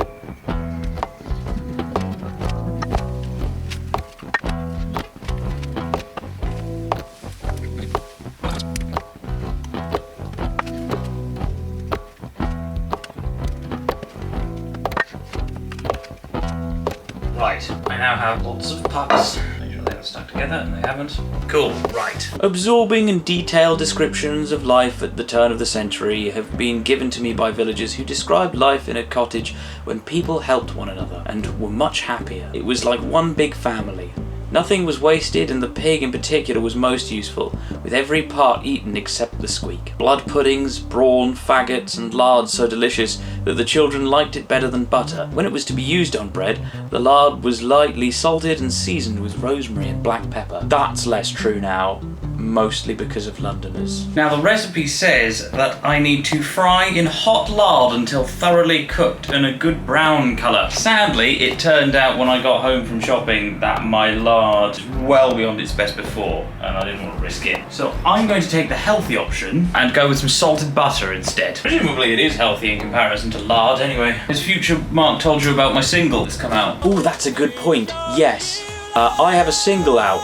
If you watch any of my content, you should already be aware of this, but if you don't watch any of the rest of my content, go and check out my new single. It's called Show You Love. It's available everywhere. I'm working on a music video as well. At some point I'm going to have to turn the fan on. And the thing with butter, I think, is it has a lower boiling point than lard, so it vanishes quicker, and you're not frying as effectively. I think that's what happens, I'm not entirely sure. I might cheat and add some olive oil. It is immensely satisfying to know that in one area at least, local specialities are on the increase. A breakfast of home-cured bacon from the Gloucestershire Old Spot pig can only be surpassed by farmhouse double Gloucester cheese, served with homemade bread and a glass of Gloucestershire cider. Not the cider my family end up making. Whenever we try and make cider, it's terrifying. Some Gloucester pancakes. Let's try them. Okay. So now the book recommends eating it with either syrup or a syrup and lemon sauce. And I have some golden syrup, but I don't think is out of date. So let's see what a Gloucester pancake is like. Are they cooked? I think so. Tastes like a fried doughy thing. Do you know that Dorset is the home of King Alfred the Great? I didn't realise that until I was walking around there the other day and we went into a church that has his grave there. All of that, yeah. And I mean, yes, we have lots of Neolithic and Celtic, various Bronze Age things of real interest in the Cotswolds, but there's some great things up in Orkney as well. If you want to go to Scotland, Orkney has some incredible sort of stone set houses from the Bronze Age, from, well, up to 5,000 years old, I think. God, served it. Yeah, that works. They're sort of like somewhere between a pancake and a scone. This is me in some deep and spiritual sense getting that bit closer to my history and heritage by eating some tiny pancakes. I'm sure that makes sense. But you know, history and culture and whatnot. What was I talking about again? Thanks for watching. Hope you enjoyed for some reason, and listen to future me, which is now past me from your perspective, but listen to me when I listen to the other me when I'm telling you to listen to my single. Do listen to it. As a final aside, I am getting close to 500 subscribers, which is really cool. Subscribe and get friends to subscribe as well. Have some pancakes. Some time ago now, I had an attempt at engraving, and it went really just completely unsuccessfully. I then tried to do other things to fix it, and that made it worse. So what I thought I would do this time is learn pretty much nothing, try again, only with a much more complicated project in mind. So I actually found I still have the tattered remains of my previous attempt at creativity, and yeah, what I'm going to do so what I'm going to try and do this time is the same again, only on a thicker bit of copper, so that it should actually be possible to engrave it without it all just deforming. The next step, I hope, is that I'm going to try selective electroplating on it. Okay, step one, I have printed off my logo, only teeny wee, so that it will fit on this. I have to cut this out. What I think I'm going to do is just do dots along each line, so that when I take it off, there'll be dots on there that I can just join together to make the original shape. That's what I tried last time, and it didn't work. So let's try it again, because it might do better. So let's crack out the engraver. I should probably sharpen this at some point. Oh, and I need the little engraving cushion, which is what you rest it on. I'm not sure if you can see it, but I've put the dots in and pressed in on all of the lines. So hopefully, if I get rid of all of these, yeah, it has worked. I don't know if you can see it. Okay, now to do some engraving. Let's see if I can do this. Okay, so we've got everything but the... Oh, hello. Okay, so there we go. We've got the outline. The next step is to scoop out so that there's space for all of the different electroplating and enameling things that I'm wanting to do with them. It's surprisingly hard to actually hollow out some of these areas. I wonder if my is getting blunt. I spend half my time very nearly cutting myself as this thing jumps out of the metal at me. So far, I haven't done it yet, but there's still plenty of time. Right, it's been a while, but I've finally got this done, so you can see there's a thing. So what I'm going to do now, I've decided I'm going to selectively electroplate. Okay, correction. I've decided I'm going to try and selectively electroplate this with just a little bit of silver that I have. I have this much silver. And I'm going to see if I can bodge a thing and then see if I can just plate bits and pieces of it. And there seem to be lots of people who have done selective electroplating at home on various instructable websites. There's one that seems to be rather more professional than any of the others combined. So I'm going to be trying that today. You can really tell when I'm recording this in the morning, can't you? I just don't have the same voice. It's just like, ma. Okay, so I bought a random assortment of bits of pieces, distilled malt vinegar, and that's a Kilner jar that I had already. Real weird reason to buy a Kilner jar, but then again, I don't know why I bought it in the first place, so I assume it was for something much more sensible. I've got some silver. That's the strip I bought ages ago for the other jewellery stuff that I never got around to using, and this is, in fairness, roughly what I thought I might use it for. So to do selective electroplating, I've bought some electroplating tape. I don't know how you use this. I don't know if it works. It was just called that, so I thought, well, I'll buy that then. So we get to find out whether or not that works. To satisfy the whole electro bit, I found an old wall wart, rigged it together, and I found that it does work because that LED switched on. So I am now pretty sure I have all I need. I'll just rig that together so that it doesn't immediately fall apart like it has done now. I'll be honest, the most useful instructions I saw were actually for plating things with nickel. There's nothing I've seen that suggested that silver wouldn't work. I think I will carry out my standard health and safety procedure. Of course, there's going to be no point in having a fire extinguisher, or I might have it anyway, just because, you know, to cuddle, I don't know, it makes me feel better. But I think the more serious thing that I will be doing is I will be putting it all on the windowsill of health and safety concern. You can tell how uncomfortable I am about doing something by how close I make the test or procedure to that windowsill, because that's the closest bit to a window that opens we have in the house. Let's get going.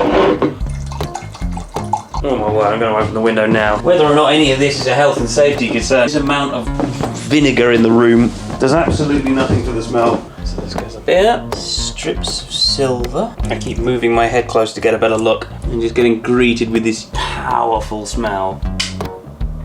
The light is on. Is anybody home? Oh wow, yeah, bubbles. Now while it's doing this, I will clean off the copper. So quick update, I was about to get on with other things, and then I realised that I'd forgotten to add the pinch of salt. So I added that, and that's just made crazy things happen. It's gone all misty. It was a mist that formed as each bit of salt reacted with the setup, so it's clearly doing things. Well, it's now turned this colour. I'm going to assume that's good. Fascinating. There are one or two little lumpy bits in it which I'm worried about, but not much I can do about it now. So I've had a few cracks at trying to wash this. Oh, actually that worked really well. Oh, amazing. Really does make this whole place smell like a chippy. So I've just taken one of the little slivers of silver, either the anode or the cathode. I've never been able to guess which is which. It now has this funny little skirt around the end of it. Again, my hope is that as I'm being selective, I can block off any bit which is doing weirdness like that. Cool, right, fully taped up now. The next step is to figure out where on earth I did all of the engraving, because I can't see it now because I've covered it up in tape. To be clear, I very much doubt that this is going to work. So let's plug it in and see what happens. Not much left to do but say good luck, everyone. Any bubbles forming? Yes. Okay, so I thought you were supposed to leave it for ages. I've just looked at the instructions and it actually only said you leave it for like 30 seconds. So, hopefully this will be okay. Ooh, So it looks a bit strange. Let's just have a look. It's sort of worked. So firstly I need to clarify that the silver will need cleaning and polishing first. But it's sort of worked. There are definitely bits that have silver on them and bits that don't. I don't know what this black bit here is, but that has actually worked surprisingly well considering. So what I think I'm gonna do is maybe off camera tidy this up a bit, and then it should be ready to go on to the next phase. So I actually changed my mind and decided that the silver wasn't really a thick enough layer to work, and it didn't seem to polish right. So what I did is next morning I carried on doing some more electrolysis. Then what happened is it turned out I had plugged them in the wrong way round. So instead of getting all of the silver on the copper, I was starting to get copper on the silver, and it completely undid all of the silver that had been put on the copper. It also meant that I had copper in my electrolyte instead of silver. It had undone all the work before. So what I did is I set it up to do the silver electrolysis again, and then I tried to do the copper again. What I was then finding was actually a huge amount of this nasty stuff, this black lumpy stuff forming on the copper instead of anything like silver. Also, whenever I scraped that lumpy stuff off, there was no silver actually depositing onto the copper at all. It was all just the lumpy stuff that you could brush off quite easily. And yeah, it got more and more involved me trying to figure out why the silver wasn't depositing onto the copper. So, news update. I have just tried again all of those different things, and none of them worked, and realising that none of them work, I have done a little bit more Googling. And what has happened is it turns out that actually, although that all works for copper, which is why it did quite a good job of electroplating copper when I had them the wrong way around, actually it doesn't work for silver. You don't use acetate, you want to use sodium carbonate, which is bicarbonate of soda, which you've cooked for a bit, and hydrogen peroxide. And then that works much more effectively, apparently. If you leave it for a couple of hours, try that, and if it doesn't work today, then I give up with it. Or, you know what I'm like, we won't give up with it, but we'll give it another go. Just over there is the soda can Stirling engine, and I can see that I'm going to end up with a mantelpiece of half-finished projects because I can never get them to work. Great! Well, after it turned out that for some reason the suppliers and manufacturers of hydrogen peroxide are having problems, so there's a whole string of pharmacists throughout the country which turn out not to have it at the moment. It then turned out, thankfully, that there is a hair salon supply shop a little distance down the road. That is now the juice that all this happens through. Then I needed to get some bicarbonate of soda, which I then need to put in the oven for an hour. Made more annoying by the fact that first time around I accidentally bought baking powder, and then I put it in one of these. This is the closest I could find to the dilution that they use in the instructions I found. And then at some point I need to figure out what on earth I'm gonna do with the blue juice in the Kilner jar. I might put it in a Tupperware box, but by the sounds of it, it's completely useless. So, who knows? Why? I've given myself more time so I can do these weekly nonsenses over a course of a few weeks, and yet it still seems to be the day I'm supposed to be finishing editing the video is the day when I'm realising that none of it works.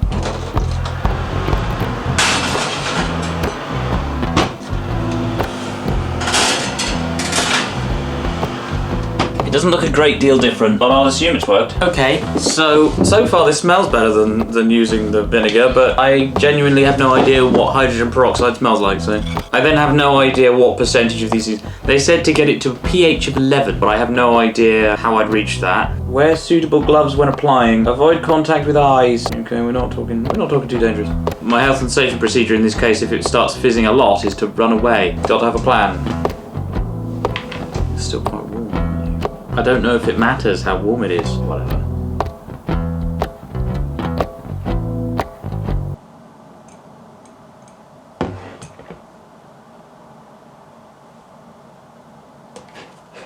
Wait a minute. Oh no.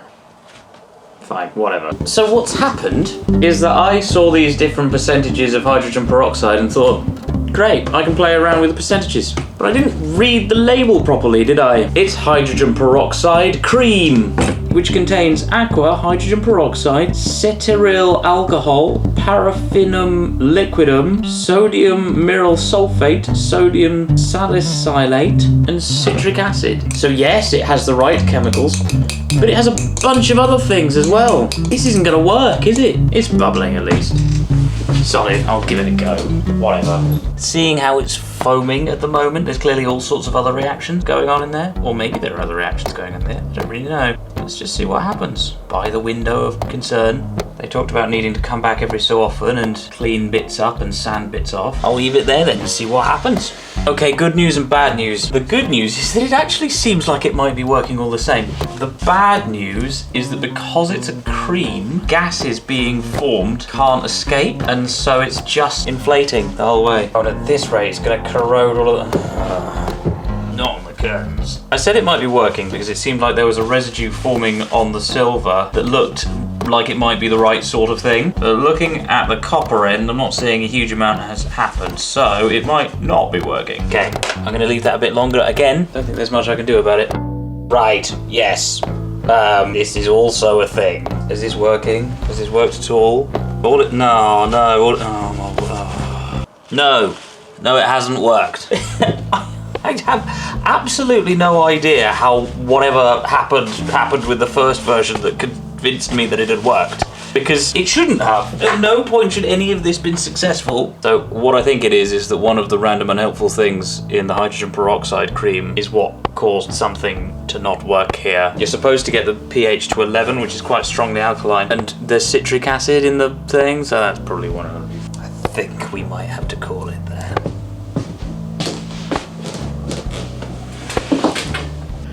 Well, I hope you've enjoyed my continued self-inflicted torture. Tune in next time for when I buy some proper hydrogen peroxide off the internet and actually tried something that works roughly as they say it's supposed to. Like and subscribe and all of that. Do well, have a day. Right, Christmas. So one thing I've always found a bit strange about British Christmas traditions, especially with food, is mince pies. Recipes for mince pies never actually have mince in them, and everyone will go, oh well, it used to have mince in, but that was more expensive, so they swapped it out for dried fruit and whatnot. But it even gets to the point where I have a historical recipe book which says, oh, a few generations ago it would have had actual beef or mince or ox tongue in it. 10 pages after it shows 2 mince recipes which don't include any meat in them, even though they're from the 1700s. Thankfully, after admittedly not a huge amount of research, I found that the English Heritage website includes a recipe from the 1590s, which is largely meat. And so I'm going to be trying that because I'm just curious to see, because for some reason I struggle to imagine an actual mince pie with mince in it working. So let's find out. Right, having now changed out of my Christmas jumper because it was hand knitted by my mother and I'm not going to cook in that, we'll start with the stuff.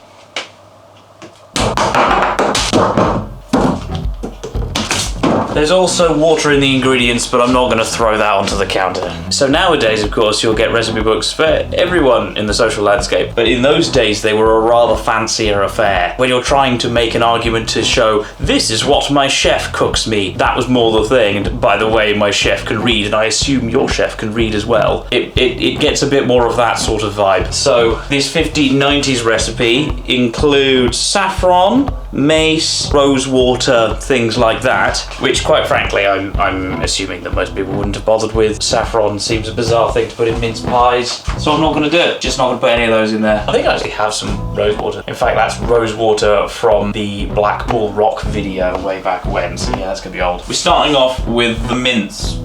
They say to mince it because they're talking about assuming that you haven't bought it minced from a shop. They're heathens! Okay. Take the meat, mince it, done. Mix in the suet, spices, pepper, saffron and dried fruit. So, mix in the suet. They say ground cloves. I'm using granules. Deal with it. 1/4 teaspoon of black pepper. I have absolutely no idea how common black pepper would have been for the average family or individual 500 years ago. Maybe it was everywhere, maybe only the rich could afford it. Dunno. 150 grams of dried fruit.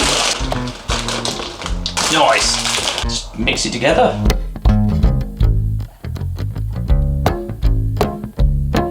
That's what my attempt at the mince looks like. I'm not entirely convinced. It doesn't really look like it's mixed, but it's there now. How much flour do I need? I need 200 grams. Sift the flour.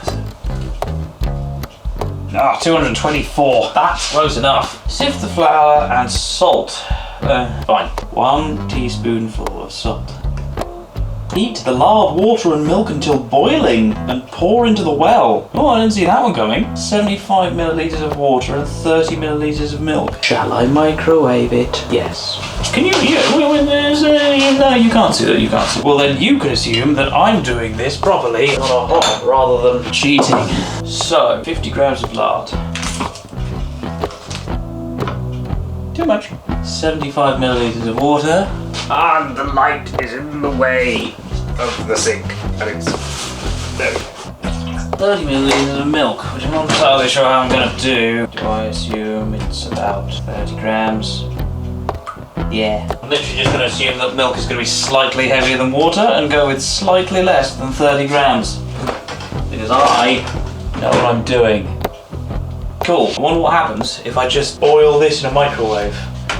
I might spare your eyes this. The one thing I've tried in the past is making masala chai in the microwave, and that is an objectively terrible idea. Because what happens is, especially if you're trying to be precise about just getting it to boil, you'll do a lot of stopping and starting with the microwave. But what that tends to do is get rid of all of the little bubbles and things that when water boils, or things boil, they nucleate around something. So there'll be like an air bubble somewhere in the liquid that bigger bubbles then form off. And if you keep doing it again and again and again, you sort of get rid of all of those. You end up effectively with superheated fluid that just means it's fine, it's fine, it's fine, it's fine, then it's exploding all over the inside of your microwave. And I did that several times. I don't actually know if that's the science of it. I think it is, but I'm not 100% sure. Okay, some of it's boiled.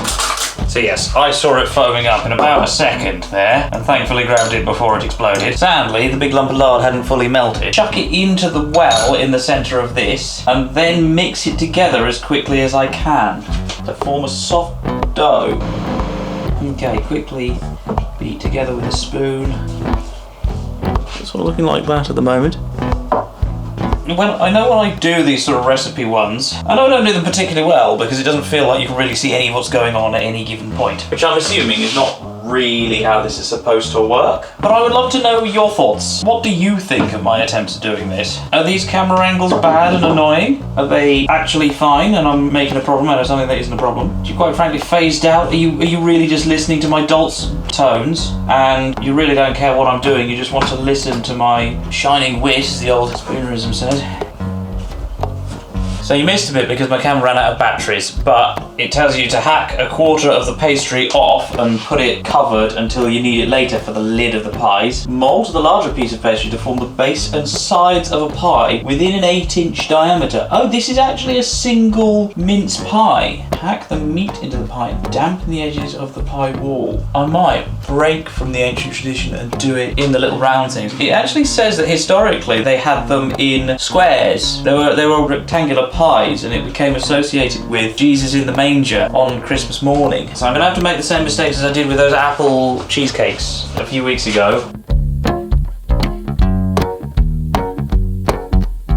Work for the apple pies to a degree, so I'll do the same thing here.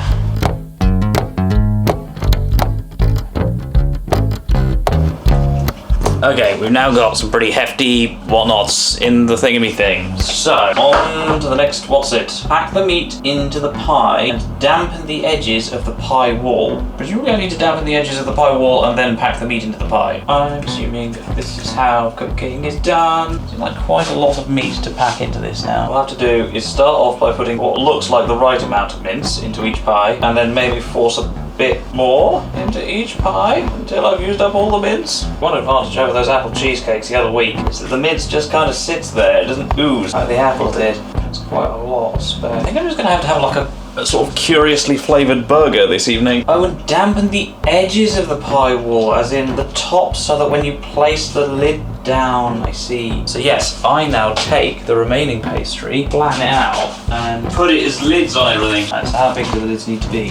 A quarter of the size, apparently. The fact that I hacked out a quarter for this purpose is anything to go by, which doesn't seem big enough to me.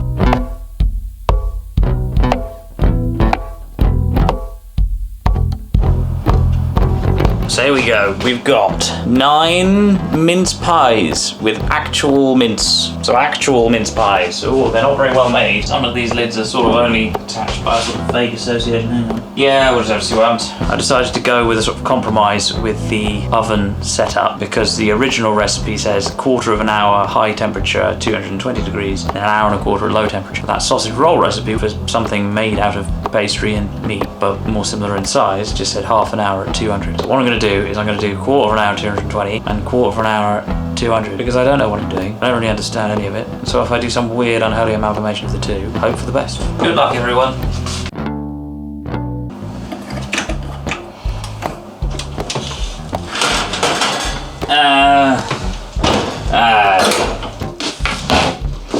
So what started the day as a mildest hint of a cold has become, you know, that stage where you seem okay, but every joint in your body aches for no reason and your brain feels like it's constantly being pushed sideways. That is where I am now. I also, while cooking these, worrying that I had undercooked them as a result, overcompensated, so now they're potentially both burnt and underdone. But this is a mince pie. I mean, sort of. By the sounds of it, they used to be rectangular, and they actually, by the sounds of it, used to be a full-on dish. But it's got actual mincemeat. It's got the right recipe for mincemeat minus saffron, because why? In conclusion, this is sort of, in some ways, a more historically accurate mince pie. Is it any good?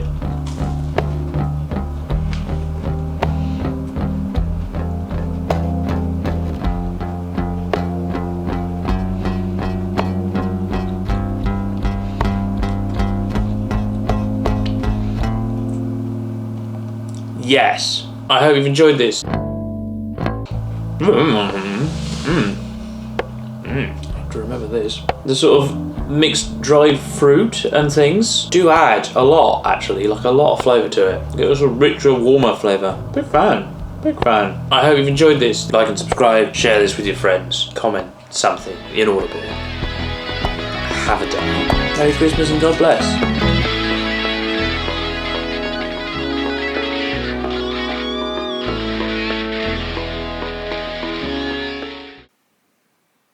You're actually still here, aren't you?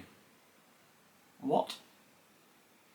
I mean, I'm assuming you finished painting then? If not, it's probably time for bed.